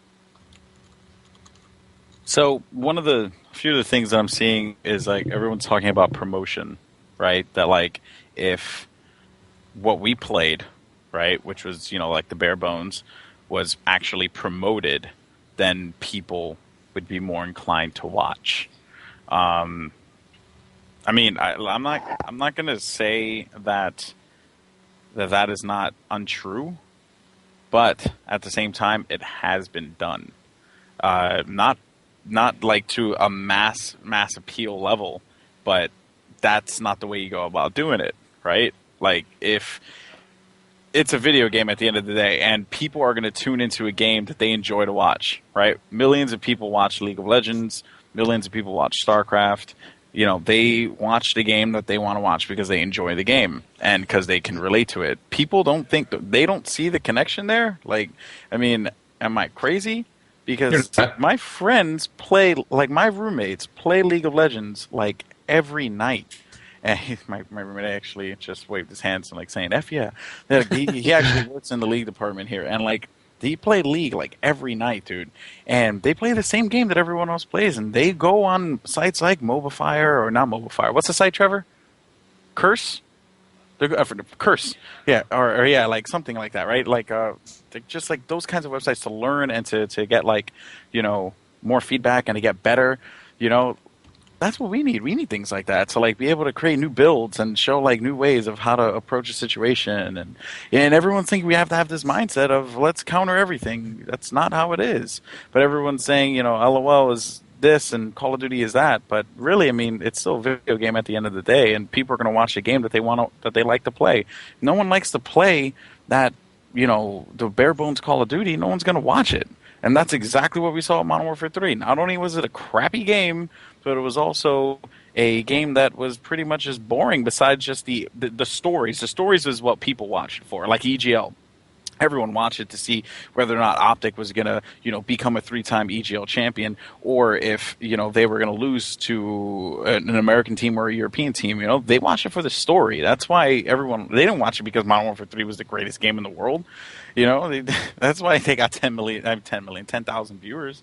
So, people just got to think about it like that. Promotion's not going to do as much as you think. I agree with you, but I think that promotion from the developer, like they do with from Riot and from everybody that puts as soon as somebody logs into StarCraft, and I'm not comparing it, I'm just bringing it up. If somebody logs into StarCraft and there's a championship going on, there's a link there that says, "Hey, click here to see the championship match. And I think that if Treyarch was to do, whether they have message of the day, if they have a message of the day on Championship Sunday or on prelim Saturdays, I think that would help a lot. You know, if somebody logs in, and even then, I'm sure that Activision has the balls in the pockets to be able to say, hey, Xbox Live, we need an app. Okay, and the app is going to, or even MLG. I think that if MLG was even Call of Duty Elite, even Call of Duty Elite. Oh, well, let's not go down that route, please, because we're YouTubers here. But anyway, if I mean, even then, anything that would help that happen, if there was different channels that all showed this thing. I mean, cumulative, we can count. 10,000 viewerships on MLG TV, 10,000 on Owned, and 10,000 XPX Live, and that will still count for the numbers. Maybe not for the specific network that's running it, but it still counts for the overall numbers, like they do with every other sport. But if I log into Black Ops and it says, hey, the championships are going on right now, click Y to go to the app, and you can watch it straight from your Xbox. I mean, even now with the shoutcasting option, right? You're able to stream from your Xbox. Why not watch from your Xbox or watch somebody else stream from your Xbox? And I agree with you on that one. But the thing is, though, is that one of the things in working for a company that cherishes viewership, I've learned a lot. And yeah, people can click and join in and watch, but what doesn't matter is not them clicking in and watching for a minute. What matters is them staying there and watching for an hour or 2 hours or 3 hours, because they consume more content. And on top of that, they consume more content like commercials and ads and also the game itself. That's what people want. They want people to sit in their chair and watch. If people tune in to what we played in Modern Warfare 3, or in Black Ops, they watch it and they're like, this is boring. They leave. That does nothing, right? That's just like a spike, and then it's just going to drop right back down. And that's the thing that people aren't realizing. Yes, promotion would be great, and I want those kinds of things. But when you really look at it, you can't have it so that they just click one time, stay there for a minute, and leave. That does nothing, and that doesn't help out, because companies like MLG and IPL and everyone, they're going to go and say, hey, consumers actually watched this X amount of time of gameplay and of the entire event. That's what you want. You don't want to say, oh yeah, we got like 10,000 viewers at 10 o'clock, and then 11 o'clock we had 2,000. Right. That just doesn't help, and it's all about that consistent viewership. Right. I mean, hopefully I made sense. I mean, you did. Well, to me. Okay. No, yeah. I know. Yeah. No, we get it. We get it, right? But yeah, I mean, and like I said, promotion would be fantastic, but there's more to it than just putting a splash and saying, "Oh my God, watch this." There's more to it than that. And maybe kill streaks aren't the way, right? Maybe score streaks, Maybe score streaks aren't the way. But how about we just try it out? Right, for the Fry Cup 4, we try it out. We see how it goes. If it works out really well, then who knows? It could actually be onto something. If it doesn't, then we'll reevaluate, and that's just how it is. I agree. I mean, how many pros out there can honestly say that you would trade the way you've been playing Call of Duty right now to go from 10,000 viewers to seeing 20,000 people watch you play? Just for this small adjustment, and I'm not saying small to obviously we know how big it is, but just this little tweak, and I know it's not little, but just this tweak alone, if it translates to seeing to 10,000 more people watching you, I mean, I know a lot of pros care about their Twitter status, right? I know a lot of pros care about how many followers they have. If you go from your 20,000 followers right now to 40,000 simply because of score streaks, I'm pretty sure you're going to be okay with it. Yeah. And we all know they love to stroke them egos. So I got. Man, you calling out Paul like that, Paul? Not you, Rambo. Not you. It sounded like he wanted to touch me in inappropriate Yeah, ways. dude, you want to touch Paul like that, dude? That's your name. That's your name. I totally forgot about that. I just think of you as Paul now. I've stopped thinking of you. You just said you wanted to stroke me. Dude, yeah. Look, man, when you are as good looking as Paul, you call yourself ego, okay? Sweet irony. Oh But I agree. You know, Paul has been taking the blunt of things lately, and you know, like a lot of people use him as a punching bag, and I personally like try to back him up as much as I can because not only is he a good friend of mine, but also he's got like nothing but the best intentions behind doing what he does and pushing Call of Duty forward. Cut him a break. It's not him. It's handsome Fwiz with his gorgeous girlfriend and the awesome job. Talk shit to that guy, okay? Everybody go harass Fwiz. Everyone go harass Fwiz. It's at Fwiz, Fwiz. Harass him right now. Give him some shit. And I did say blunts for a reason. What is up with this bandit guy in the chat? I'm sorry, I have to bring it up because it's like all that I've been saying in the chat for the past 30 seconds. Apparently, he is he has great ideas. He's basically an Aches right now, saying, "Oh, microwave people who if you only look at what's wrong with it and you play something and you're like, man, I just got shit on by those Guardians. We need to ban them. Instead of being like, all right, man, what can we do to stop those Guardians? And you throw an EMP on and you're like, wow, that idiot just wasted his kill streak on the Guardian because it didn't do shit to us. Like, that's a huge difference. Same thing with shock chargers. Oh, my God, these shock chargers are ridiculous. Yeah, if you don't have tac mask on, those things will rape you. But if you have it on, you can walk through 7 of them like a joke. And it's just like the change right there is not hurting anybody. Let's just give it a try for at least one event. I'm sure that if it doesn't work out, it's going to get patched. Frag Cup 4 is going to be league play. Like, that's what everyone's been saying. I'm sure that's what it's going to be. It starts next weekend. So just give it a try. I mean, everyone's going to play in it. I mean, there's no reason why no one wouldn't. It's freaking $10,000. It's free entry. Everyone's going to play in it. Just try it out and then state your rebuttal after the tournament, after it's been played to its fullest. Because right now, like, all you guys are doing is making just invalid arguments on stuff that you haven't even tried out yet. So it's getting kind of annoying. The thing that I'm seeing over and over again, and we said it earlier in the show, so I guess since we have new people, we'll just say it again. You don't need to counter, like one individual cannot feasibly counter every single thing. That's what a team is for. Yeah, it's like, a team game. Is that like, you know, like, is that like being lost on people? Because it's like really, really sad. You know, that's been mentioned like over and over again. If you have a guardian down and you don't have a means to destroy it, hopefully you have a teammate who does, because you need to communicate and is like, hey man, I need you here to make this happen. Okay, great. That's what teamwork is for. It's called teamwork, Hachi, for the love of God. That is what it is. And why are people so like dense on this subject? It's like, oh, we're supposed to have like, you know, a pick 20 system. Like, get the fuck out of here. Whatever. It's ridiculous.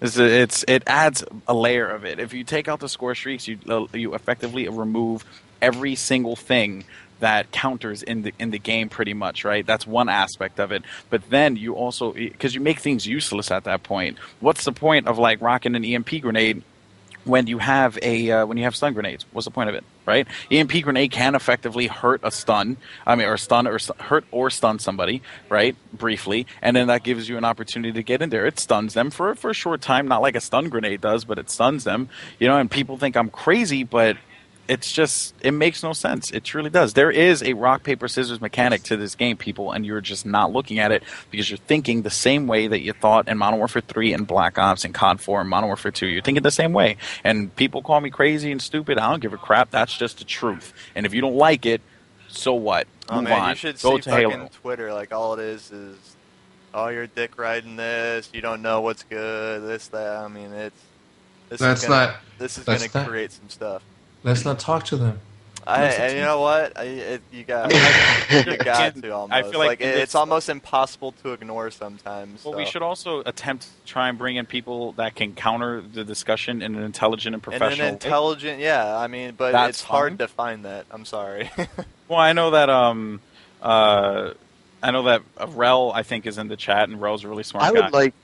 I would like to hear somebody's opinion that completely is against. I have Rel here. If you guys want, I can bring him in. Yeah, bring him in. Yeah, go ahead and bring in Rel. He's a smart guy, and I love him. And I called him dense. Don't give a crap. Rel knows it. Yeah, beat you Bring to on, it. Rel.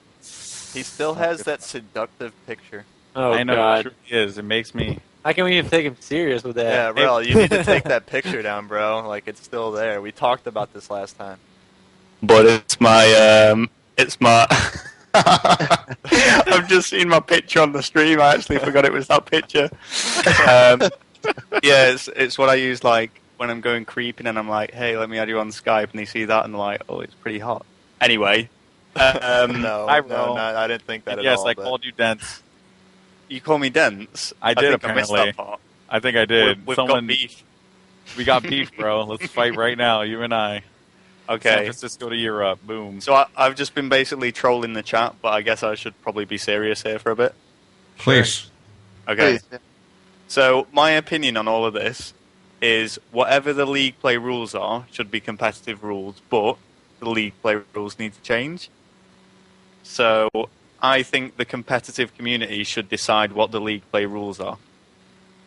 And why so? Simply because like as competitive gamers that know all the best rules for competitive gaming, if they're deciding it, then surely that's going to be the best thing for competitive gaming. For competitive gaming as a playable, what about watching and the people that for growth? Do you think they would make the right choices for that? Yeah, but well, the only thing with that is if that's what I mean. If it's in league play, then they'll be playing it online. Like they can always play public games if they want, but if they go into league play, it's like a whole new rule set that they can play. Yeah, but they And don't then necessarily want to play that. So that's the point. That's the point that all the people, the higher up people, are making right now. The fact Yeah. that the average gamer rather play public matches. If they go league play is something new already, why would they want to like play league play with different rules? I guess the problem is nearly every single person that's watching this stream is a competitive gamer as opposed to just the general audience or public player. So everyone pretty much wants to stick to what they know best, which is competitive rules. So I agree with you that it should be league play rules. Whatever league play rules are should be competitive rules. But purely from a competitive gamer's perspective, I mean, I know I don't play in a team or anything, but still, I prefer it without things like score streaks. But that would just be my take on it. Yeah, obviously. I mean, it's kind of like I think it's most of the Europeans like really seem against the whole score streak thing. I still feel like to the point where you can adapt to it. If you're as good as you are now, you're able to stay at a top level now of play. You can adapt to whatever people throw at you. In Call of Duty, obviously, like maybe not in Halo, but I'm just saying we're still playing Call of Duty. We're just adding new things that we're not necessarily used to. And I think that's one of the reasons why people are being so against it is just because it's something that they haven't been playing with for the past years. And now I'm not like I'm obviously like I wouldn't mind playing whatever we've been playing before, but I'm just saying to the point where the pick 10 class system allows you to counter those UAVs or whatever thing, and it's still in a smart manner. Like you're not still able to have like the best gun in the game and counter everything. You have to like make choices to counter those things. So I still think like it brings an interesting point. Like the example, like Rel, don't you think that if there was no score sheets and we were to play the same thing we've been playing for the past years, like we would be back to the whole point where everyone's using the same thing. Don't you agree? Yeah, that's right. But you could argue just completely go onto the public rule set as well. It's kind of like it, in a way that no team has an advantage at the start of the game. It is still competitive. You could have one map and one gun used, and that would be competitive because it's the same for both teams. Or you could have everything enabled, hardcore mode, and it's still competitive. So it's satisfying the competitive community, but making it appealing to the public as well. So in a way, yeah, I think it has found a bit of a balance, but the only one thing that I think, or the main thing people are disputing is the score streaks. I think generally everyone's okay with everything else. I mean, the score streaks are the main part. Like this is like not necessarily. I mean, if we're looking at score streaks in a sense of a certain term, right, in a certain time period. Let's say that originally an original round for a specific thing is say 7 minutes and it's 200, and we feel it should be 100, then we push the 7 minutes to 14 minutes. That's more Call of Duty for me to watch. I'm fine with that. So as far as that goes, that could be adjusted. Obviously, whether Treyarch implements this or not, it's obviously it can be figured out. Obviously by making adjustments to the time, etc. But having said that, we can't ever forget, and this is something that needs to go on from yesterday when the day was released until the game ends. We have to use what we have in front of us right now. They have bled and fucking worked their asses off to it. They didn't have to do this, guys. They didn't have to add this specific thing that we have requested. They didn't. They have zombies, okay? They have multiplayer, and they have obviously the story mode. They didn't have to add this tiny little thing for a tiny little community that has the potential to be a huge thing. We can't shit on it. They work their asses off. They put it in front of us. Let's do whatever we can to make it work. Let's make the adjustments necessary. Bitching to them about what shouldn't be in league play. Who cares? It doesn't. League play is a ranking system, and it's going to be cool. But we all know that once we get to the LAN, that's when it's really going to count. The tournaments is what's really counting. At that time, you're going to be able to make the adjustments that you feel necessary. If you want to block something, then you just take it off. But let's just give it a try. Let's not continue to shit on what we have in front of us. No, I completely agree with you. I think whatever the league play rules are, that is the rules that should be played in competitive. That's kind of the bottom line, in my opinion. That's right. That's exactly what it should be. And right now, the league rules are that. So just play it, because that's what it's going to be. Deal with it. Deal with it until this season is done, and then if it goes really bad, like Fwiz understands that Frag Cup 4 is more or less a test run. Like, he totally gets that. He's going with what the league play rules are. If it fails, it fails. But if it fails, we get to do it again. Exactly, we do it again, and then that's it. To lose. Because we have time. It's not like we're at the middle of the cycle here. And another problem here that everyone thinks, look how important Frag Cup 4 is going to be, right? Everyone's like, oh, we need MLG. Fun fact, by the way, dropping a bomb on you guys. I was at the office for Weekly Warfare a long time ago, and I was talking with KC. And you want to know what's the one thing that he said he regrets the most? Banning kill streaks.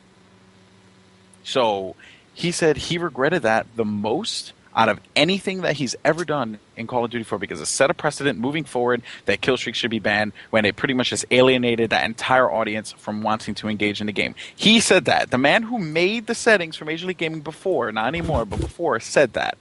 So that gives you an idea. Yeah, another thing, guys. How many people usually are in a pub lobby when you're playing? Not even ground, we're regular. And then think about how many people are going to be on the opposing team when you're playing competitive. Now, think about how easy it's going to be for somebody to get a score streak. It's if you get a score streak on someone, they deserve to be punished for it, and they will be punished for it. If you're good enough, you're not going to get shit dropped on you, and it's going to be as simple as that. I mean, couldn't you argue then, I guess? Hold on. We have Exposed in here now. He apparently has a point that no one's brought up yet, so we're all curious to hear what he has to say. Pretty much, I agree with everything that everybody said. I am all for score streaks, 100%. Obviously, there needs to be some things that have to be somewhat restricted, but I mean, again, we all have to try it to figure out which ones are which. But the whole point of this is to bring a new group of people, a new group of players into this. Think about it. If we bring a pub player into this competitive scene with all these score streaks, we're going to bring up a whole new different type of pros. Like, if you don't want to adapt, then don't play. There's people that will play these rule sets, one. Number two is, think about if you're in a tight game, if it's in the championship, and you have one of those paper airplanes that blow you up, right? Someone posted I love those Hunter Killer drones, dude. Those things are awesome. Someone posted a link to a video in the chat, and I watched it, and it showed where it was tied 1-1. The game was about to end, and this guy had a flag in the last 30 seconds or whatever, and he was about to score with 2 seconds left, and that Hunter Killer killed him right before the flag. Think about if you're in the crowd watching. And the crowd goes wild. Good call. Goes insane. Think about that. Yeah. Good call. That's something. Instead of being the player and being the player on the team that loses because of that. Yeah, you're like Ego said, if you're wearing flak jacket, I mean, do you dive? And I'm gonna wear that Hunter Killer like a champ and cap that flag, and the crowd's gonna go even more wild. You're gonna be upset if you lose that, but at the same time, it's gonna bring a level of cheers. One, because let's be honest, when we went to the Call of Duty events for MLG and Black Ops, I mean, it was pretty poor with how, like, you'd have people make noise. Call of Duty really didn't show up for that whole noise thing. It was more StarCraft, League of Legends, even Halo had noise. But when something like this goes on, yeah, you get your 4-pieces. But imagine, like, all of a sudden you're trapped in your spawn, and you get a 4-piece, and all of a sudden you get pushed up. You get a 4-piece off of a Harrier Strike or whatever those things are called, the Hellstorms. That's going to change the game and open it up in such a way that people, like, we're going to bring stuff into the game that people have no idea what they're ready for. And once the tournaments happen and people start seeing this, it's going to bring a whole shit ton of viewers. And honestly, that's what we need. That's all I really want. Can we get Moho or hear somebody who's really...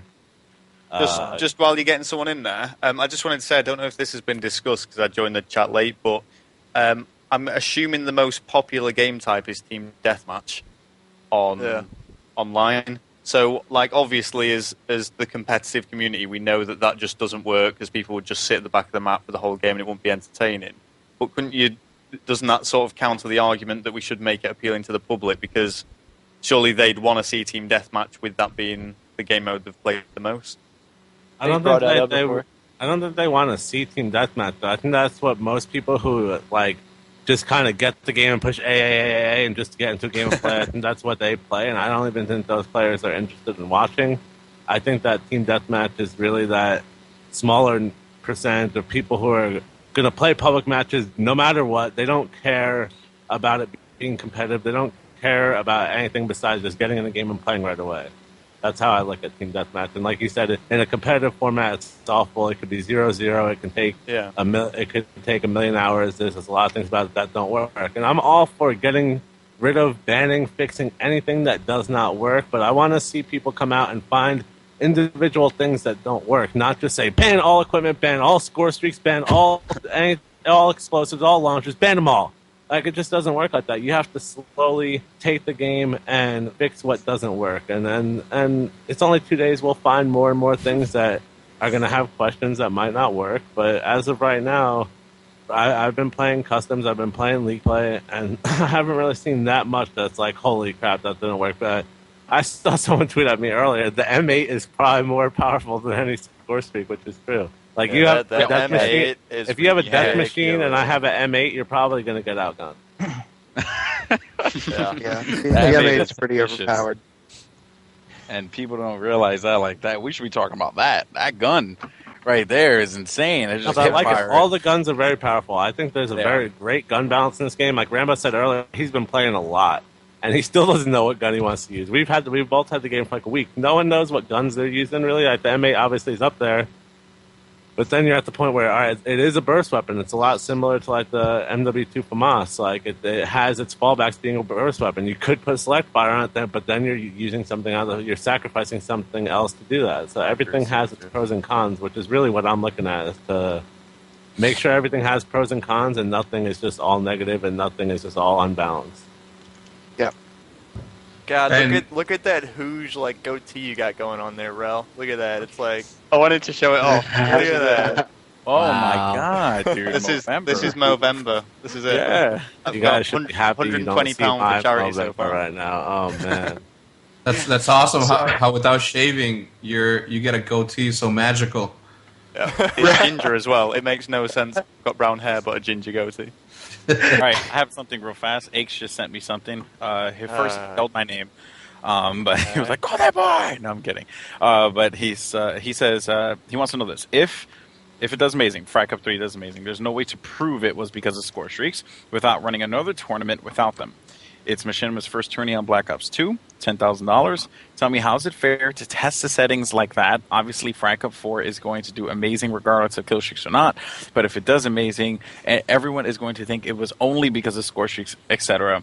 When it's going to do good, period. So it's stupid to judge it like that. Now, I'll take point on this one. I understand the perspective, but we have for a very long time tried Call of Duty without, the I guess you could say casual way or the public match way, right? So Fry Cup 3 went on, and the viewership, I think, was around 10K, I think, was Fry Cup.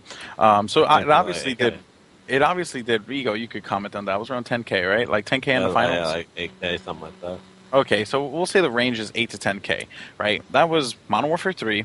Not that great of a game once again, but 8 to 10K. We know that Frag Cup is going to bring in a great viewership because it's a machinima product and it does well. We know that stuff. But the thing that people don't realize is that at the end of the day, what it's going to boil down to is it's been done before. If we get 15, 20K on viewership and machinima for the Frag Cup, that's actually substantially better than the other Frag Cup. That's pretty good. Running another tournament after that, I mean, yeah, sure, you could, but at that point, like, what's the point? I don't know. My whole thing is, like, I understand the logic, but I just don't see a point in it.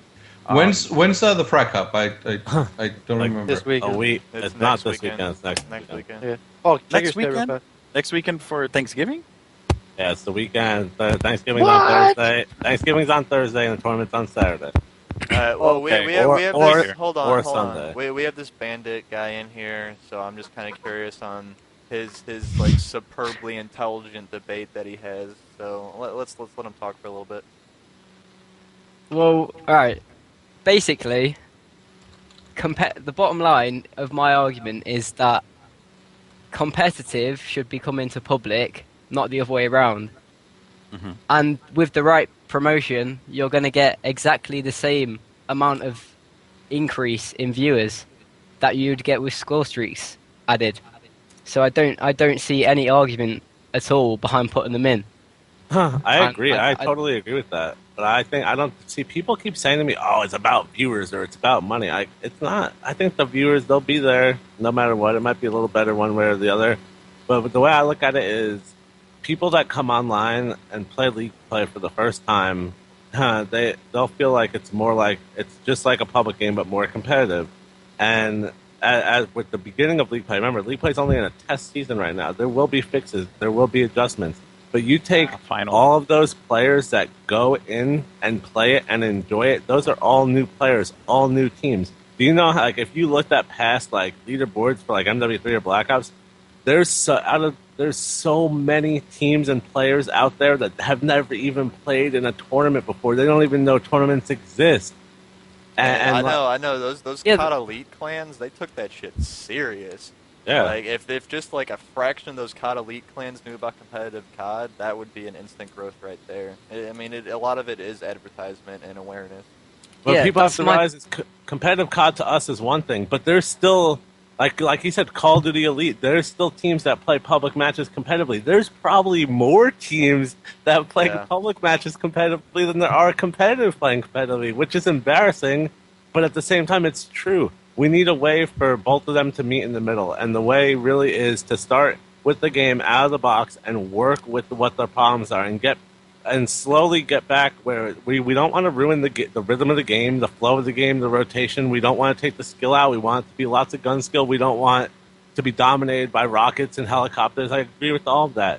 But we need to take the game out of the box and work with it from there. We can't just all the other games, this was a problem in other games, this was a problem in other games. Because if that was the case, like, you would have went into MW3 and be like, all right, the FAMAS needs to be banned in MW3 because it was banned because it was OP in Black Ops. You know what I mean? You can't just judge everything based on how it was in past games. We have to try the stuff that is in League Play that Vandahar and his team of testers and everybody who went in there and played the game and balanced it out, because that's what I honestly think Treyarch preached balance more than any other game I've seen before. And I think they did a great job of it when it comes to actually balancing all the stupid stuff in the past, really balancing out to make it less effective. So when it comes down to you balancing that stuff out, that you are still playing that competitive set of rotation and game flow.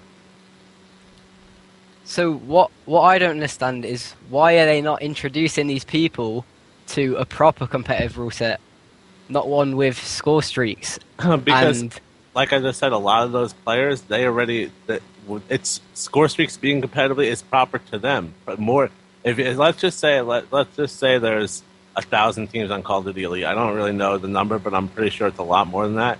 If those 1,000 teams are used to playing with score streaks, and we have 1,000 teams used to playing without them, we have to meet in the middle. And to be honest, it's Treyarch's game. So if League Play is played like that, and there's lots of people playing it, we're going to work with it, and we have to find things wrong instead of just assuming.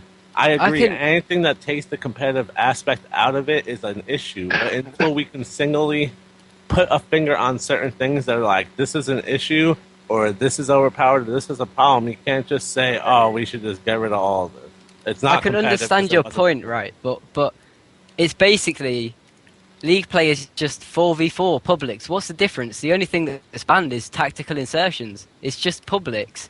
There's no competitive rules there at all. It's not. The second the pro teams start playing something, it stops being just a public match. Have you looked at the master? Like, if you go on like Rambo or Stanville stream, and you look at the master league standings, if you notice that's not just public matches anymore. Those teams in Masters, OpTic Gaming, OpTic Nation, Envious, Quantic, Twisted Method, every team, They're all at the top. they're all in Masters, and I they're know all that. at the top. I've seen all of that, but it's just competitive teams playing public rules. That's all it is. It's as simple as that.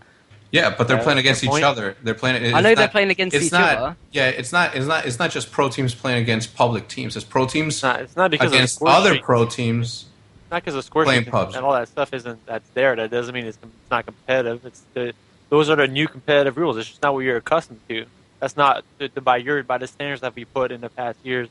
Those are not competitive rules. But at this very moment in time, they are competitive rules. I want to know something. If I have Black Jacket, hold on. Ghost- Aches made a good point in the chat. He said Envy currently is number 1 in the Masters League. Like, they're number 1 in the league play, and Stainville only has 50 viewers. So Okay, he's making the argument that everything will just stay the same. It's 2 days in. Yeah. And I can easily rebuttal that with saying Scumpy is playing in the Masters League and has 1,500 viewers. Snake Shot is playing in the Masters League and has 2,000 viewers. Yeah. And another point to bring up too about that, I hate to bring up the comparison once again, but you got to look at it like League of Legends.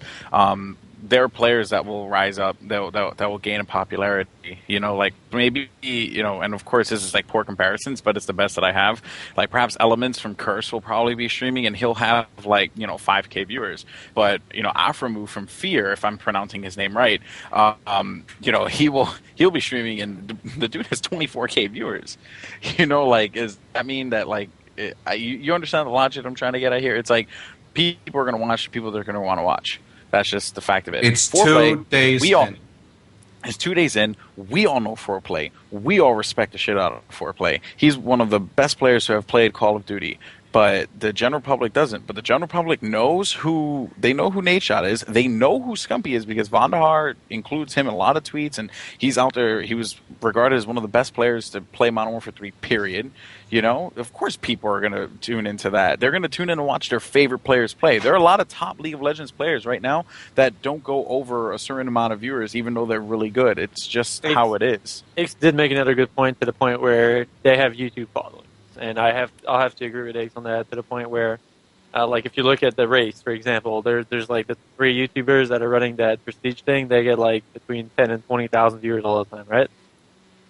And it's more because of who they are. It's like Scumpy has 30K subs. That's carryover though. Yeah, but that's what I'm saying. But you can't really This is what and I'm looking at this from both sides. I'm a YouTuber. I have a large following. But I'm also very, very, very much involved in this. Whether I'm playing it or not, I love the competitive side of Call of Duty as much as anybody else, if not more. I'm sacrificing a lot of time, trying to do whatever it is that I can to make this work. So, in rebuttal to that, right?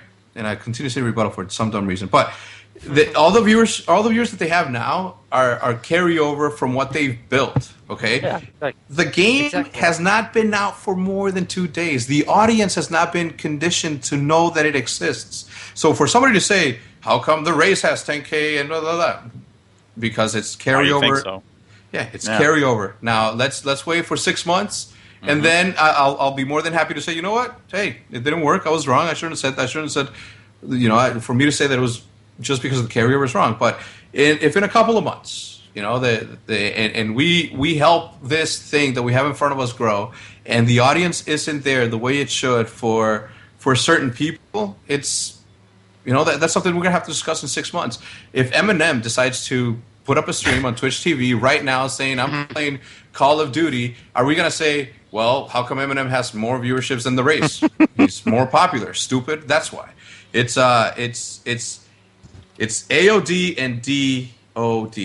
In a stream especially, there's more to a stream than just gameplay and what the players doing. It's the personality. There's the a lot voice more behind it. It's like, I mean, you're not just gonna watch a gameplay because You want to the be guys- entertained by the player. Yeah, you want to be entertained, or you want to go there because you know you're gonna learn something. And a lot of people are attracted to YouTube people because they have those personalities that are entertaining to go watch and listen to. And I mean, if you have something better, then by no means you're at your own free will to go attempt to do something like that. But these guys have been doing it for a long ass time, and they have a huge following. So naturally, they're going to get a big viewers for their streams. And that doesn't necessarily mean that there's going to be no room for anybody else to grow. There's room for everybody to grow.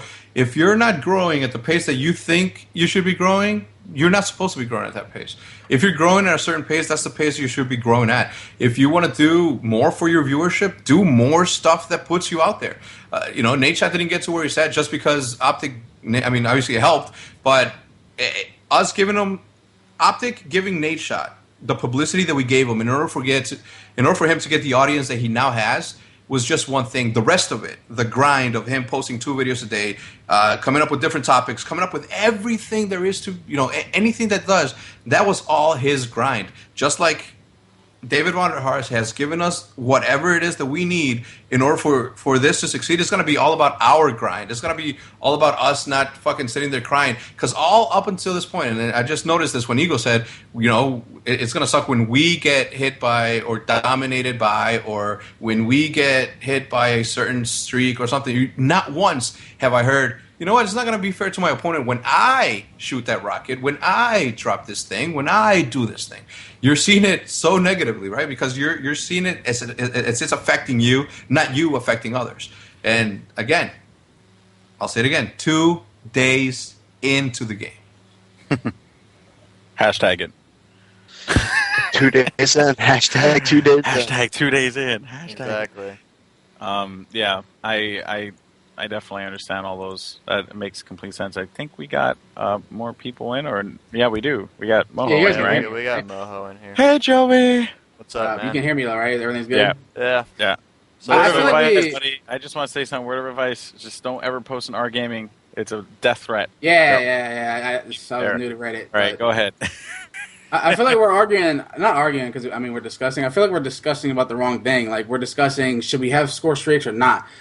I honestly think we should just give it a try because, more of the population wants to see it. And playing the game for like 24 hours straight, every day, and since it's been out. And I can honestly say, like, you guys know that I was on the show last year, and I was basically saying no score streaks or kill streaks then, right? Like, now, I'm not going to lie to you, I'm having fun playing, right? It's entertaining. The Hunter Drone, I have yet to complain about anything that actually kills me other than, like, the War Machine. And, just like UAVs, right? I feel like we should push for the right direction instead of arguing. Like, we should hit up Vonderhaar. Like, Hex, I know you have a lot of connections with them. You said you have a good relationship. Let's push for something. Let's get the stuff out of League Play that isn't competitive. Because League Play is there for competitive, right? That's what it's there for.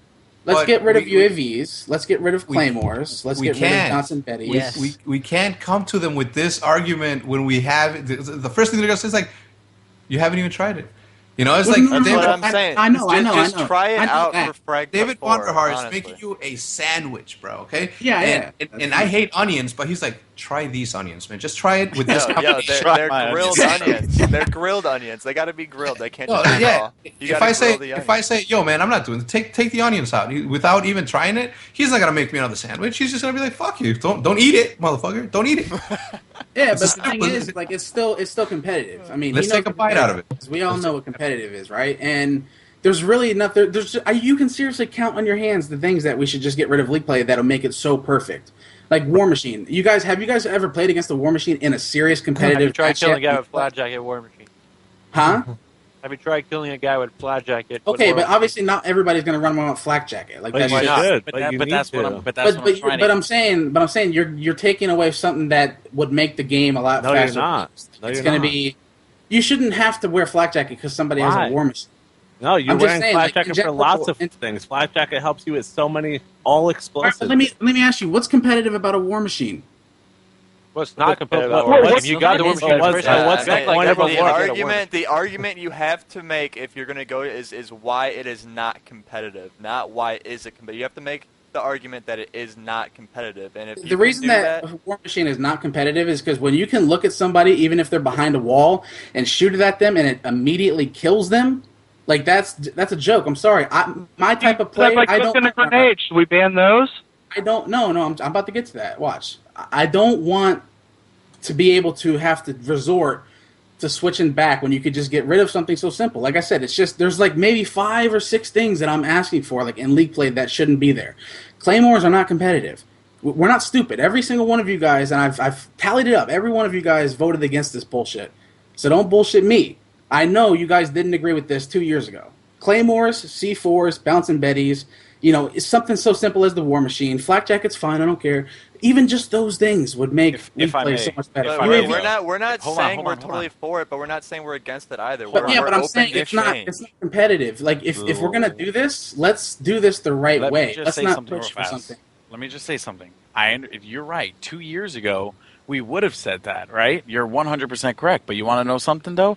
2 years ago, we didn't have the Pick 10 system. 2 years ago, we didn't have the ability to run Dead Silence and Engineer on the same class. But that doesn't make it does make sense, Joe. No, I'm not saying it doesn't make sense. That doesn't make C4s, Claymores, and all that stuff competitive just because you can add something to it. It doesn't do that. But there's a counter to it, though, is what I'm trying to say. There is a counter. Counter doesn't make it competitive. I think it's a joke that you would even have to counter it when you can get rid of it and just play perfectly having fine. a counter is a joke, then? Look at that Reddit post. Look at that Reddit post. There's 80% of people in there that are probably not even competitive players. Whoa. Right?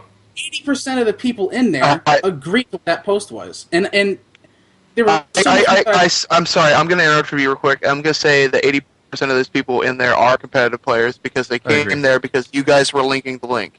Well, no, hold up. First of all, I linked it on a different post. And the BlackOps post has yet to be even published by anybody except for me. So all the posts in there were the people that were just searching in the BlackOps2 subreddit. So it wasn't that. There was 2 links in there. You're right. The first link was ridiculous, which is the one GoldenBoy stated. But I'm just simply saying, in general, anybody who plays pubs, anybody who plays Call of Duty, they don't like to use UAV. They don't like Claymores and C4. They just use it because it's there, and if they don't use it, they're going to get used against them. I'm just saying, if you... all right. Let Bandit... Did Bandit leave? No, Bandit's still in here. He has one last point to make, and then we're going to get him out of here, so I just want him to state his point so that we can discuss this for a little bit, then we can move on. Okay. Right, so... nobody in this chat will have supported anything to do with kill streaks before this point. And the point someone made earlier about how Scump and Nadeshot are getting way more viewers than Stainville, even though they're basically the same position in the league because of their following. Now, even if a competitive rule set was in league system to begin with, everyone's going to try it out still because it's new.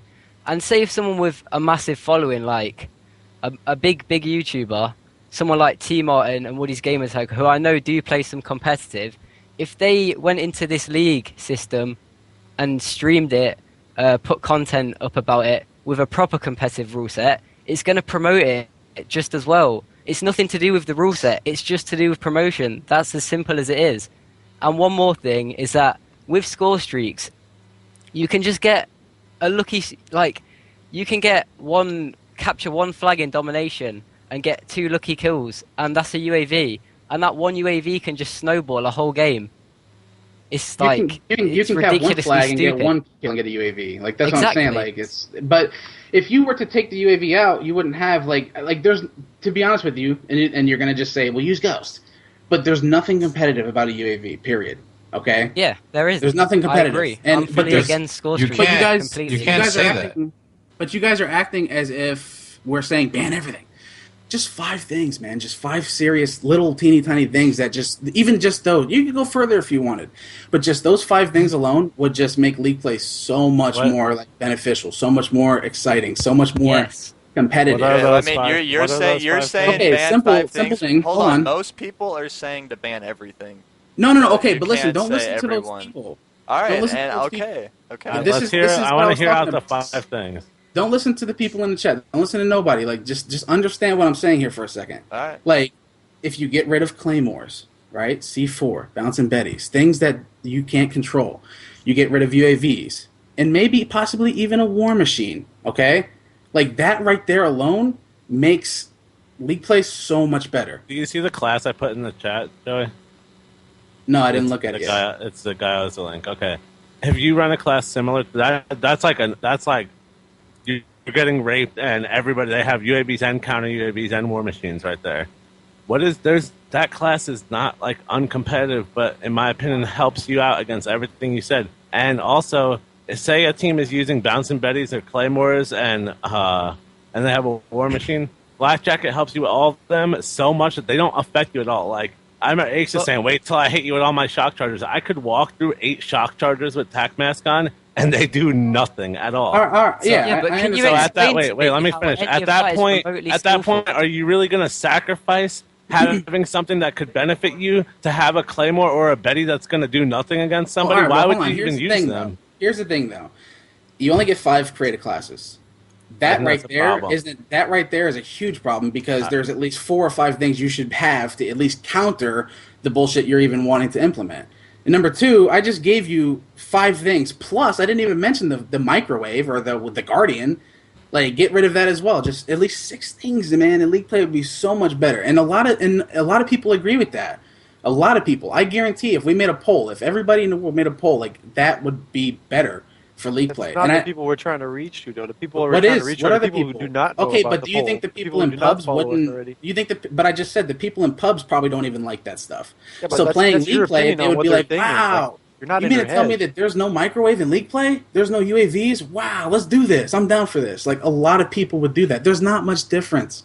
There's not much difference. A lot of people would do that. How would you know? Because I've been No, asking in pubs. I'm like, I've been asking in pubs. Like, you guys, do you guys like this? Well, how do you know if you never tried it? You've played with 600,000 people, bud. No, I didn't say I play with everybody. Okay, but I'm just saying the majority of people you do not know about. How do you know if we never tried it? It's not competitive. That's all I'm saying. But the thing is, we have tried it for years with... No. We've tried it in our small community. We haven't tried it with full developer support. We haven't tried it with all the YouTubers, OpTic, and everybody just straight pushing. Whenever we have a stream up, whenever it is a tournament, you shut your stream down and you say, "Go check this out." And if you think I'm wrong, if you think that's being wrong, asking for that, look at what Afromood does. I saw him shut a stream down with 24,000 viewers of his own. Then I'm gonna have to. And said, "Go check this counter out." that though. I'm gonna have to counter that because when we did Weekly Warfare and we asked people to not stream, what happened then? Okay, you remember people that. didn't. You remember that, right? Yeah, I remember that. People didn't. That but argument in itself, Joey, is complete. Okay, but hold on a second. But hold on a second. But people were only at 150 viewers. So you weren't going to get much out of it. We didn't have YouTubers making a video and saying, "Go check this out." Our community is broken because we don't support ourselves. We don't help each other. Like, and that's just the simple fact. Even Hex made a video about that like 2 months ago. Like, we don't help each other. Everybody's selfish in the community. Like, if I'm streaming, I'd be damned if I seen somebody from OpTic say, "Hey, go check out his. I'm done." Like, you wouldn't see that. It would never happen. I shouldn't say it would never happen because I figured, like, a lot of people don't do that. But I'm saying if we made that change, if we did that, when a major tournament's going on, we would see the numbers increase. YouTubers. I mean, how many people does OpTic have in their team that could simply upload a video? We do it now. We get more viewers because of it. We also do it when there's tournaments and stuff. Like, we've been doing it for UMG. It's been working. If we follow that same format, it would work as well. But obviously, I think that on the YouTube comments, it's a lot. It's not as simple as it once was, right? Nowadays, if you're conditioning your audience to see montages, gameplays, commentaries, etc., that's what they're conditioned to see, right? The second that you start uploading, a video, say, "Hey, come here," you're giving them something that they're not signed up for, and that's when that affects the YouTube side of things, and the formula still hasn't been figured out. We still haven't been able to be like, okay, well, this is the way that you properly do this. So it's not as simple as saying, OpTic has 30 people, everybody upload a video. I mean, it's detrimental to the YouTube channel as it's going to do more bad than good. But at the same time, the support there from our Twitters and all that is always going to be there anytime there is a there's a tournament going on. Even when we were out of the league, not out of the league, but out of the tournament, I still push viewers to that was just because we're not playing. Now it is when we're not, if there's no tournament and it's not something pushing forward, then obviously you can't ask somebody to say, hey man, tweet me out. We're just for the fuck of it. But like major events, like stuff like UMG, stuff like EGL and all that stuff. Like obviously not everybody's going to be inconvenienced to have YouTube videos going up. I'm just using examples. Mm-hmm. You know what I mean? Like that's what I'm trying to say. But our community needs to start somewhere. You know what I mean? And if we all start doing that when these tournaments roll around, maybe we'd start seeing some results. And you got to understand, like Call of Duty is at its infant stages right now. Vonderhaar did a fantastic job with this game. He's also doing a fantastic job with developer support. But this is the first year we didn't even begin to have the developer support, but we're about to have it. You know what I mean? And we're all just trying to like revert back to something that might, appeal to the masses, which it will. Of course it will. We're all trying to remove stuff from it, Well, no, yeah, I understand. I know you guys have probably dealt with a bunch of people that said, get rid of this, this, and this. But, like, to me personally, just my personal opinion, I don't know how, everybody, I can't speak for everybody else, but I do know for a fact, and I know we all know deep down inside that, UAVs really aren't competitive and Claymores. We would, like, you're telling me, Rambo, that you wouldn't rather play that without that? You know what I mean? Like, there's a counter to it. Yeah, and everyone, it's possible to play with them. I'm not telling you it's not better or not. Obviously, everyone's going to say it's better not to play with them. Everyone has been playing I've been playing as long, like a little bit later than you have. I started at late 08. Like I've been playing for that long. I've been playing the same shit you've been playing for the past 4 years, and obviously I like that better. But I'm just telling you to the point right now, if what we're doing, if this has any type of chance of helping us grow, and our tournament's getting bigger and bigger as the year goes and the next years goes, and giving everyone a chance of going bigger in this scene, why would you not want to like put in the littlest possibility of putting Ghost in your class just so you don't have to deal with those UAVs? And let me ask you a question. Hold on. Let Apoc Aches wait. Apoc is in here. Aches is in here. Let's let Apoc talk, and then Aches can get in too. Well, while let me just finish Rambo's thing real quick. Let me finish Rambo's thing, because I agree with Rambo. I understand that's something that we need to do. Like the score streaks, we should definitely try it. I'm all for that. Don't get me confused. Like that's something. But you guys know, and I know Rambo has it too. Like he would also rather play it without it. But if it has to happen, then let's make the push. Let's not argue about whether we should have it or not. Let's make the push to have it, right? And then just have the stuff that's really entertaining to have, and take away the stuff that's like least competitive, which is those 5 things that I was mentioning earlier. Let's at least give it a chance, so we can say to them, the developers I'm talking about, so we can say to them, say, hey man, we tried it. And what event would that be? You guys are talking about Frag Cup, right? Like that would be Frag Cup. No, I want to take this as far as the first MLG LAN event with spectators there, which won't be until next year in March or April. March. That's a good tryout period. That's a good trial period. Yeah, I don't 5-6 months. Yeah. Yeah, you can hammer out what you need. Over half the game is a good trial period. It gives you. That's a problem right there. The fact that we're going yearly.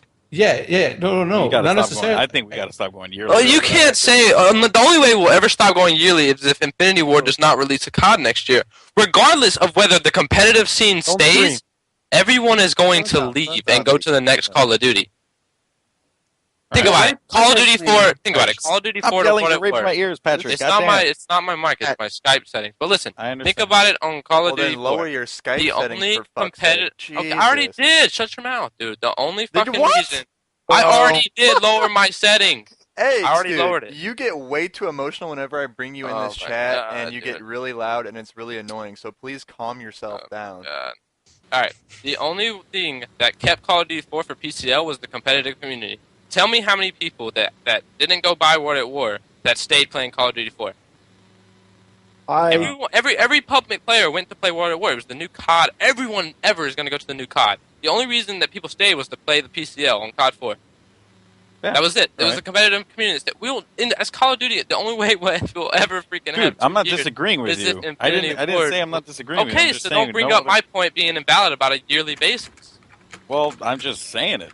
But I mean, calm the nipples, 1.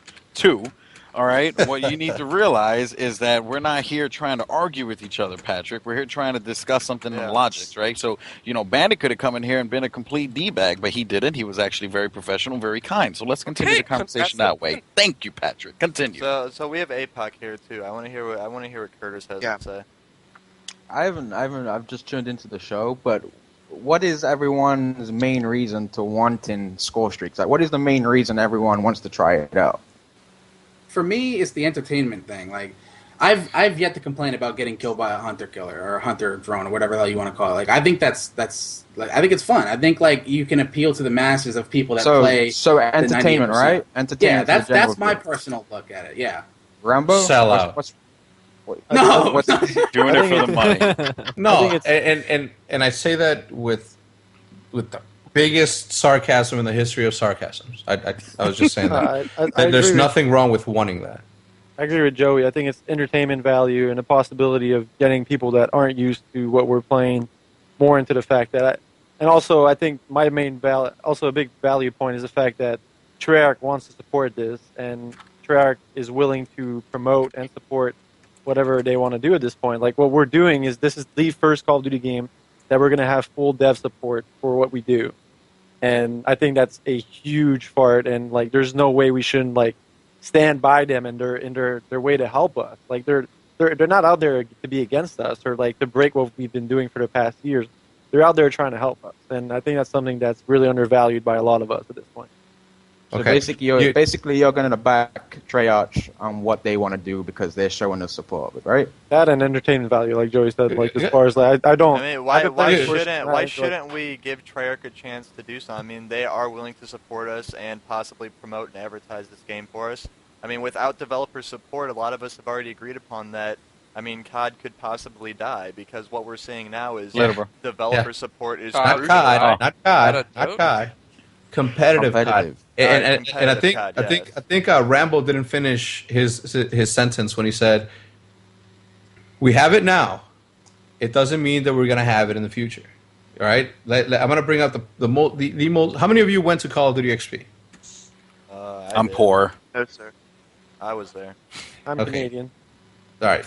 Just you could have still gone. You didn't have to compete. You could have still gone. French Canadian. Sorry. Excuse me. All right, so everybody that I talk to says, I regret not going to COD XP because COD XP is not a guaranteed thing, okay?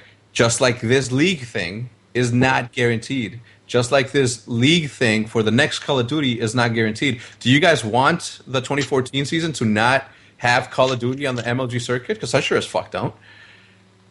If we don't make this succeed the way we have it right now, without at least giving it a try, it's not gonna push over to the next game, and you guys keep failing to realize that.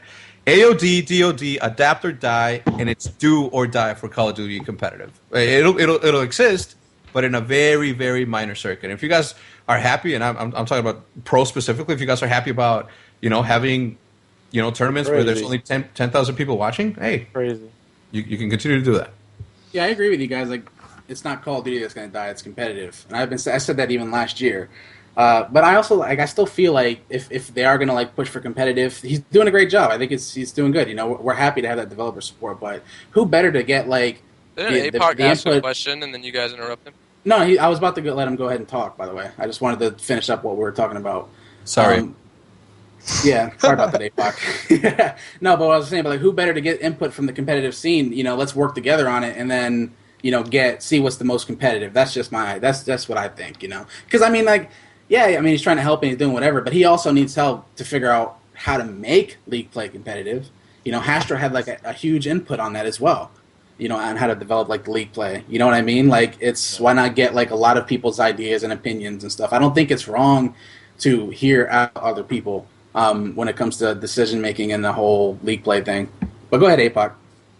All right, so basically, we've come to the conclusion it's entertainment value, right? We want to be able to relate to the general COD player that's brought the game, right? I think we can agree on that. Okay. Yeah. So my point is, why instead of taking what is a shortcut in my eyes and making the game less competitive in my eyes, And why don't we take the hard route and work towards educating these players, educating these people that have brought the game out of the box? Why don't we educate them and show them why you push this route? Show them why you hold this route. Show them why you use this gun. And then have Treyarch push that content out there. Like, all right, Treyarch's advertisement. Why would Treyarch advertise something that's not their Call of Duty game? Hold on. Treyarch's advertisement for their pre-order Black Ops. They had YouTubers in there, right? FPS Rusher, I think it was. Why didn't they have you in there, Rambo, saying professional Call of Duty player to create some interest? No, I'm saying get realistic, get serious about it for a second. Why didn't they have you in there that said professional Call of Duty player to create some interest for someone to look up professional Call of Duty player for Rambo league on play, YouTube? for league play too. You know what I'm saying? The strategy, I think we can take a different strategy and put it into place and make it work with what we've built for the past 4 years. Well, so that was not. I mean, when you really think about it, though, Apoc, that was Activision's call. That's not. I know Treyarch's it's call. Activision's and if call. But Activision says, "I want to have a celebrity in there with hundreds of thousands of YouTube followers," they could do that. They could do that. They could but still that's do that. how it is. But that's a sell. I think that's that really aspect has nothing to personally do with why like the whole league play thing. The league play thing was implemented in there for us. That was why the league play thing was implemented in there for us and for us to grow and to continue to get little by little just expand what we have. It's not an overnight process, and everyone thinks it's an overnight thing, and it totally isn't. And in regards to a commercial, I mean, yeah, you could throw Rambo in there, and I mean, yeah, that'd be funny for us, but I mean, really, it's an advertisement, it's a commercial. I don't think he's literally. I think he's just giving you ideas of how to promote. I'm not saying they're wrong. I'm just saying I'm just rebuttaling. I'm saying they've been dropping all these esports statements, right? Saying that this game is aimed for the esports community. Why not have a figure in an advertisement for the game that represents that esports community? But then another rebuttal to that, though, is that when you think about it, we already had that advertisement, and it was called Gamescom, where the entire convention was focused on this podcasting feature and competitive gaming. So, that was the reveal of multiplayer. That's massive. That's a massive thing because thousands upon thousands of people saw that. That commercial that was thrown out there, with FPS Russia and iJustine and all these other people, that was done there because that was a commercial to bring in, Billy Bob over in Nebraska to buy the game. You can have a mix. If you can create a perfect mix, Golden Boy, you can have a pro player and a YouTube celebrity in one of those commercials. But the thing is, Golden Boy, hold on. When you go to I know we've been using League of Legends, Riot, and all this. I know we've been using it a lot to compare. When you go to League of Legends YouTube channel, Riot Games, right? You can search it up right now. They create player spotlights. They create team spotlights. They educate their audience towards these players and teams. It's the same game. They're not educating anything. Literally the same. They're not educating anything. There's different game modes in League of Legends. But that's not the out of the box game. Is the summoner round. But there's so many people that play League just for fun, and then there's competitive. I think what you're trying to say is they're educating the competitive scene in League of Legends. Exactly. The thing is, Golden Boy, you countered him by saying it was the Gamescom thing. But the thing is, there's 98% of the people are casual, and they play public matches. But how are they supposed to know who was playing? How are they supposed to know that was for competitive? As far as I remember, I didn't really hear anything much about this is competitive gaming. This is competitive gaming at its finest. You know what I mean? There were one-on-one interviews hold on. with a lot of the players One second. I'm not comparing League of Legends to Call of Duty people in the chat. I'm taking their strategy. What you got to understand, they have a strategy behind how they educate their people. Honestly, they educate their people. Apoc right now, a little advice, just ignore that chat, sort of. Yeah, because the most... Has it been trolling all night? Has it been trolling all night? It's been ignorant beyond belief. It's been pretty crazy. Anyway, I think it's turn for Pat to talk. Yes. Pat, talk. You can talk now. It's your turn. Just don't scream, and we're all good with it. It's the first ever, dude. He must not be at his mic or something because he wants to say something. He's writing it down. Look, right we're now. not ignoring you, but for the most part of people in this chat, it's just gibberish, and we can't sift through all this shit to filter out the decent comments that are made, so we have to ignore it. I mean, I'm sorry, but it's the way it has to be. You know what's funny too? It's like, a lot of people would probably say, "Oh, what gives the people in this particular phone call the jurisdiction, or something like that." I don't think anyone in this call is claiming to be the end-all, be-all god of Call of Duty because whoa, speak for yourself there, bro. Rambo, please, Hey, bro. let's take it easy there, Golden Boy. Okay. But in all seriousness, though, like we're merely here for a show. It is entertainment to provide content to talk about subjects, and we're people that have been involved in the community for a long time. And on top of that, we're not going to yell at each other. That's the purpose of the show, people. If you don't like that, then deuces, you can leave. Because wait, I haven't used my GFX for that today yet. Hold on, I'll pull that up right now. Yeah, and like people think I'm being like super like mean or something like that, but it's so sad to see the blatant ignorance that's being had in the chat and in the comments that I'm seeing on my timeline on Twitter. Like I'm literally laughing my ass off because of some of the things that I'm reading, and it is so mind blowing. Like I'm not saying score streaks are perfect. I don't think that I've ever said that, but. Which I'm pretty sure someone will probably make up that I did. But there are always, balances that need to be made. Case in point, in Masters League, they opted not to put tac insert and care packages, right? That makes sense. Okay. So if they went that far where they were like, okay, we're going to do this. We're going to change the game up, right? And not put this in there. What's not to say that next season they change it up and remove something else from play, But what next season? Exactly, because they think that this is it. This is like what it's going to be for the rest of the time. No, it is not. We're just merely following what league play is, right? And then we're just going to go from there. But people are still going to call me an idiot anyway, so I don't give a crap.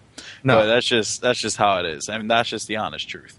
Well, no, I think the mistake that everybody's making is the fact that they're assuming that there is going to be another season. Let's in Black Ops we felt the same way. Oh, there's going to be another season of the Modern Warfare 3 season. Was there a season for Modern Warfare 3? Or did we have to travel across the pond to travel? To compete? Oh right. Yeah.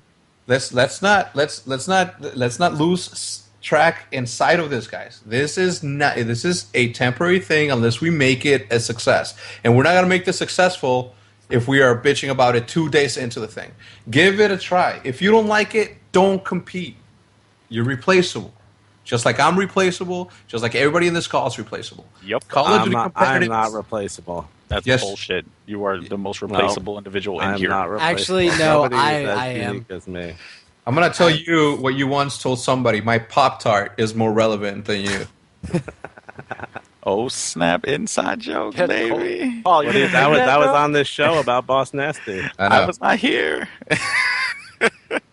No, but you're right. Like everyone is replaceable. That's just the sad truth. People don't realize that. I mean, if I stop commentating, the next person will come in. If I stop playing, the next person will come in. It's just the nature of the game. As good English as I do, and then we'll talk about it. All right. Thanks. Proper. Commentate in French, buddy. I want to hear that. I want to hear that beautiful French voice. I think regardless of what we do this year, is going to be the most success Call of Duty's ever had because we have full developer support. Yeah. And I think another thing we need to really be pushing for is to try to get our leagues to stick with Treyarch games. Like 2 years on you having 2 seasons is perfect. Look at Call of Duty 4. How many seasons did that have? Like how many? Like 2, 3? 2 seasons. Right? And Call of Duty is like where most of the people remember you from because it had like such a huge fan base. You know what I mean? And if we can get our leagues, MLG, EGL, and everything else to stick to just Treyarch games, which I honestly don't see why we can't do that, and especially with full developer support, why any league would want to change the next Infinity Ward game is beyond me. Well, it does go back to what someone brought up before about the fact that you have Call of Duty. It's a yearly thing. I think Patrick was the one who brought it up. It's a yearly thing. It's going to be, the people are going to move no matter what. But that's a trend. That's because it's a trend. Like, you're going to do that. Though. Yeah, but that's something we can't control. You know what I mean? Exactly. It's just the nature of the beast. But here's the thing that I do want to say. The whole topic that we have here right now, the discussion of all this, and we're discussing this in a very professional and professional, I would say, unique manner. And look at the people we have in this call. We have Ego, Moho, and Hex, who have butted heads a lot in the past, discussing things in a very professional, mature manner. You take notes, people. This is what you do. Even Aches isn't talking. That's wonderful. Yeah, you know, like I'm just messing around. But seriously, like is Aches here? I don't even know if he's here. Probably muted the mic or something. But what I'm saying is that's a great thing. It's a fantastic thing for us. And if we can continue to build these kinds of relationships as players, competitors, and casters and work together, that's great. You know, that needs to be done moving forward. And hopefully it will continue to be done moving forward. Because we're glad to people, provide this a is how it service is. over here at the Weekly Rant. I'll just do it on my channel. Diesel. You have to throw a plug. You have to plug it. You have to plug it. That's my service Really here at the Weekly Rant. Dude. Yeah, so that's pretty much all I got. We'll see how Fry Cup 4 unfolds. I'll be playing. All right. So okay. What kind of numbers are we looking for to consider Fry Cup 4 a success? We're not. You just want to go in and just see what happens? Yeah. Why are we putting an ultimatum on something that has been untested, never before done, never before, it's never been experienced. I feel like we should expect an improvement. I have expectations. Like I can throw expectations out there if you want. Like you can't throw expectations out there if we don't focus on how is it going to be advertised. That's the most important thing, because even though League Play is implemented, how are these 4,000 people that have been on League Play, or that's just the first 2 days, but how in general, how are these 4,000 people playing League Play supposed to know what MLG is? How are they supposed to know where to go watch our stream? So I'm thinking that if we don't have the proper advertisement, we're just going to go to this next event with the same exact numbers we've been having, just with some upset people. But you can't expect Treyarch to be like, everyone come watch Moho stream. No, I'm not talking about that. So you're talking about events. He's talking about events. Because it sounded weird to me. But they will support the events. I mean, Von Hart tweeted about Frag Cup. That's a huge start right there. Tweet about EGL. No, I'm talking about on the game. I want to turn the game on, and I want to see Major League Gaming. That's a different thing, though. Yes. You know what I mean? But the thing is, they have that message of the day, and I really think that they can utilize that. Yeah, that's what I'm saying. Like, I think we should, teach them how to. I don't want to say teach, because they probably know more than all of us here. But I'm just saying, in general, like, we should see that. When I go on League of Legends and I check out this, the finals is going on. Like, that's how me personally, I didn't know anything about League last month. I went on there and it taught me so much, just because their developer is putting it into the game. You know what I mean? So our first event, we should really be pushing for what can we do to advertise competitive gaming to the general population that are playing. You know what I mean? Like, we can't. Do you think that Machinima is a huge help on that? Of course. But you have to have the right people in there to teach them about competitive gaming. It's like you go to school and have right people. I don't know. I don't know. But I'm just saying, in general, you have to have the right people there, because if you go to school, you're not gonna have your kid go to school with stupid teachers, right? And that aren't teaching you anything. Well, honestly, like, look at last year. Like 80% of the schools in America right now. So. Yeah, agreed. Yeah, what's easier, teaching somebody to do something, or bringing somebody that's already doing something and something that you want to grow? Exactly. Yeah, that's what Apoc said. Like, you're looking for the easy way, which is fine. We all understand that, because why not? That will. No, there's nothing wrong with that. I'm not saying there is. I love a bit of hard work. But in general, that's what Apoc is saying. Like, that's like the easy way, which is understandable. But I don't want to stray too far away. I don't want to make this like a casual thing. It's competitive is in my heart. It's in Rambo's heart. It's even in your heart, Hex, and we all know that. And I think we should stand up for that and try to teach people that competitive is more than just running around with kill streaks, which is fine. I think like we're looking at it as like this stigma because of that. That's what has been presented to us. Like I said before, when I spoke with KC, he said the one thing that he regrets was banning kill streaks, because it pretty much just set the tone for everything else. He even told me before I left for San Francisco that the community themselves, like community working with the developer, needs to be the one to generate the rules, right? Not like people who can form good thoughts and all that stuff, not just any random blowjo that wants to, get involved in it, but just like it should be more of a community thing. And this is blowjo, yeah. And this is exactly what we're doing. We're getting into this discussion, we're starting it, and then it's going to grow from there. But I'm an idiot, and I don't know anything because I haven't been playing for fucking 8 years. Like the thing you say about like Modern Warfare 3 last year and like kill streaks, it didn't impact the viewership. It wasn't something that like he can look back on it all he wants and say like he regrets this, but what's there to regret if it didn't gain you anything? You know what I mean? That's where a lot of people are coming. I agree. I think the past. I don't think it did at all. I think Modern Warfare 3 was not like it just wasn't. We had not to make Modern Warfare 3, restrictions because the game. No, I'm talking about in general. Even in COD 4, like because we still would be skipping from game to game to game. And that's that's the number one problem, to be honest. Because how are you supposed to grow something when you have 11 months into the freaking game and you switch it to a new game that's completely different? You know what I mean? And not only that, but you have two different developer supports. One, you don't even get one developer support. You know, Treyarch supports you, but that's the biggest issue. We haven't even gotten into that yet. But in general, as far as bringing in the masses, the general population of people that play, that's up to us. I feel like we're gonna have to introduce them into it. You know, people with the biggest following are gonna have to say, "Hey, go check this out. This is what it's about." Fisticuffs was doing this a couple of videos on his channel, telling them to go check it out, and he got like a couple hundred people. You know, just which is fine. A couple hundred people is not a lot in a lot of people's minds, but those couple hundred people are here and there from everyone yeah, else. Exactly. Like, it adds up, and it is really important. Right. It could be 5 or 10 people. And the number one thing is advertisement, man. I mean, if we want that advertisement, we're gonna have to. I mean, like Apoc said, I understand what he was saying. It's not our call to say who to put in there, but I understand what he was saying about having, somebody who's competitive, a face, a figure in that commercial. You know what I mean? I understand that, and I think that would be a good idea as well. But if they just started doing something like that, something constructive to get people into the competitive scene, then we'd see a huge increase because everybody's competitive. I feel like everybody has competitiveness in them.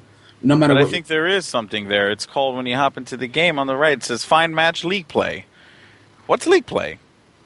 Let me click on that. Let me explore, right? Because when you're done prestiging to 10 prestige, what do you have left? Right? I think that's the other thing people need to learn too, is that when people... It's only been 2 days. Exactly. People are still playing pubs right now. People will get tired of pubs. They always do. They want something else. All those try-hard kids who are trying to get the 10 prestige and trying to race right now, once that's over with, I guarantee you see a good percentage of them coming over to League play. Just like we talked about before, there's more teams playing with kill streaks on in Call of Duty Elite than any tournament we've ever had. Probably even Frag Cup had 1,700 teams last year. There's more people playing on Call of Duty Elite with kill streaks. But the problem with League play is if they don't plan on having tournaments at the end of a season, like Treyarch or Activision, whatever, if they don't plan on having tournaments, nobody's going to know about Major League Gaming. Nobody's going to know about EGL. Nobody's going to know about, UMG or so on and so forth. So they're just going to stick to doing what they do. They're not going to go to those streams. So it all reverts back to advertisement. Bondahar said in the chat he'd give us $10,000 for a tournament to shut up. Well, I'm not saying. I didn't say that they won't. I said if they don't do it. He did at the beginning when he was. He did. Like that would be huge. Think about it. Like that would be so huge if they put up money for tournaments for League play. You know what I mean? Like, so to say they aren't. Yeah, and I don't think I said they weren't going to do that. If they do that, right, that would be huge because then people will understand like, well, this is competitive gaming, and then you'll have your subdivisions like MLG and EGL and so on and so forth, and people are going to be just generally interested in competitive gaming. Looking at it from go ahead. Sorry. Ego, you made a post earlier, right, saying that if you use certain perks, it cancels out majority of the score streaks, right? Yeah. If you use those, if every player uses those perks, what is the point of them being there in the first place? This is what the point is. It adds diversity. It puts more thought into the game. It changes a lot more than you realize. Like, it doesn't have that negative effect. That, in my opinion, if you have UAVs and all that shit, all those kill streaks, if they're actually going crazy, that has a negative effect. But with all of those things in use, it kills them out. So you say, what's the point? Well, the point is it then changes what you're using. If you weren't using it, say if I wasn't to run, say like I wasn't forced to run Tac Mask or Ghost or something like that, you could have people running some shit that you'd be complaining about a lot more. If you weren't wearing Tac Mask, guess what? If you weren't wearing Tac Mask, and I could probably have 3 stuns. You know what I mean? That's ridiculous. That's even crazier than anything we're talking about, in my opinion. If you don't have attack mask on, you get hit by one stun, you are stunned forever in this game. Imagine you're playing where everybody just has multiple stuns. Then we're on to banning this, banning that again. But the thing is, Ego, is you don't have enough classes for that. That's the thing. I do agree with that. Yeah, we talked about it in the beginning to get 10 classes. Bandahar's answer to that was that's why you have teammates, and I see it a little bit, but I don't think he understands that. My main thing is you have the classes for it if you had time before each game type to be like, oh, we're playing Dom, let me fix my classes. But when you go into league play, you got like 3 seconds. That's what makes it really hard. You could rely on your teammates better if you had time to know what you're playing, because then your classes really are catered towards the game type you're playing. You might need extreme conditioning for one game type and might need dead silence for another. You might want lightweight for one, or you might want hardline for the other. That adds a whole nother element into this. Everyone's not always using the same classes. You'll see people using different things they think cater towards their role better in a certain game type. And I do agree we need more classes for that. You used the key word right there. It adds an element. It adds an element that takes no skill, which doesn't relate to competitive, in my opinion. That's not. I mean, Call of Duty, it takes no skill to aim in Call of Duty. It's like my 12-year-old plays this but game. what I'm saying is, all right, Rambo as a player, Moho as a player, Pat as a player. Yo, what's up? They in the previous years, they've had to predict where players are going to be. They've had to, and you still expect have to where do players that are going to if be. the whole team has Ghost on. Listen, yo, I played Croster's team, TVA, on Cargo, Capture the And Flag. none of them ran Ghost because they're No, it wasn't even about UAVs. Listen, okay. we got up 2-0, I think, or 1-0, okay? We ran, I ran 2 baddies, Teep ran 2 baddies. We all ran 2 baddies and 2 shock charges, okay? That's 8 baddies and 8 shock charges per team. We put them at every corner, at every door, at every entrance to our base, and we did not move out of the back of our base. We had 4 ARs, or 3 ARs, and Teep ran a sub. He was just derping around. And we had 8 baddies and 8 shock charges in our base. We didn't have to move. We didn't have to do a single thing. Even if they had tactical masks on, even if they had Ghost, or even if they had Black Jacket on, we knew where they were when that shit exploded or whatever. Whenever they shot it or whatever they did, we knew where they were. All I had to do was poke up and aim there and shoot them. They don't know where I am. You're telling me. I'm telling you, Ego. All right, listen to me. All right, I just listened to you. No matter what I just listened one at a time. I just listened to you. So you're telling me when we played. Yo. This is why this shit gets out of hand. Like, honestly, let him finish, and then Ego, you can. If you say 10 things at once, I can't answer. Say one thing, I'll answer. Say one thing, I'll answer. If you just bomb me with 10 things, I can't answer them all.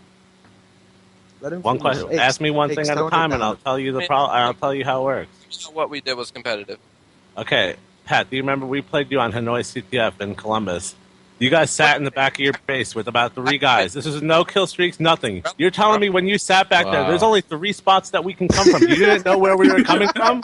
Oh, I didn't know where you were coming from. No, what do you mean? How? Yes, you did. No, Yes, Paul, the point he's trying to make is the fact that he didn't have to look at the choke point while he was watching it. Mainly, he was sitting behind something, and you walked to the choke, something blew up, and he knew you were coming, and he popped up the shot. None of us had to move. We had to wait to hear a bouncing Betty explode, or wait to hear them shoot something. So, Paul, you mean they got to pull out silencers, and they got to pull out shit that like doesn't even make the thing explode? Like, what do they do then? Well, hold on a second. You just made a good point, Aches. Like, that's another thing, right? This is huge. During the game, if somebody's using something that you can't counter, you can't just hit start, create a class, and do stuff during the game. You know what I mean? You have to do it in the pregame lobby. And I in a sense, I feel that even with 5 classes or 10 classes, I feel like that's still unfair, because what if somebody is using something that you can't counter? And it is pretty cheap, you know? With 4 players on your team, you should have gunfights out of head glitches, knowing where they were, pre-aiming it, and they had to. All of them had to have on Flight Jacket, Ghost. Like, we had UAVs in the air too, so all of them had to have stuff to shoot the UAV down. Ghost, Flight Jacket, Tactical Mask, Dead Silence. They had to have everything. And even if they did counter everything, we were all in head glitches, camping, not moving, pre-aiming exactly where we heard stuff blow up. Tell me, Paul, please tell me how, even if you counter it is competitive, that I can sit in my base and make a goddamn joke out of a competitive game by doing that. Please. The way I look at it, teams did that anyway, and you're not. And like you could overrun that, and it was doing that. You're gonna ask me to answer something, but not let me talk for more than like 5 seconds. No. All right, well, I thought everything you said for the last 10 minutes was so dumb, but I didn't interrupt you. On Twitter was dumb, but I didn't say anything about it. No, but you did. But listen to me. I'm going to answer what you said. I agree. That style of play will be very, very, very lame. And guess what? People will all hate on you for playing like that. But it is beatable. And to be honest, you're giving up. If you play like that, you're giving up so much map control that you are beatable like that. Guess what? Like when you die, your stuff goes away. When your stuff gets, if I just shoot not in S&D. Not in S&D.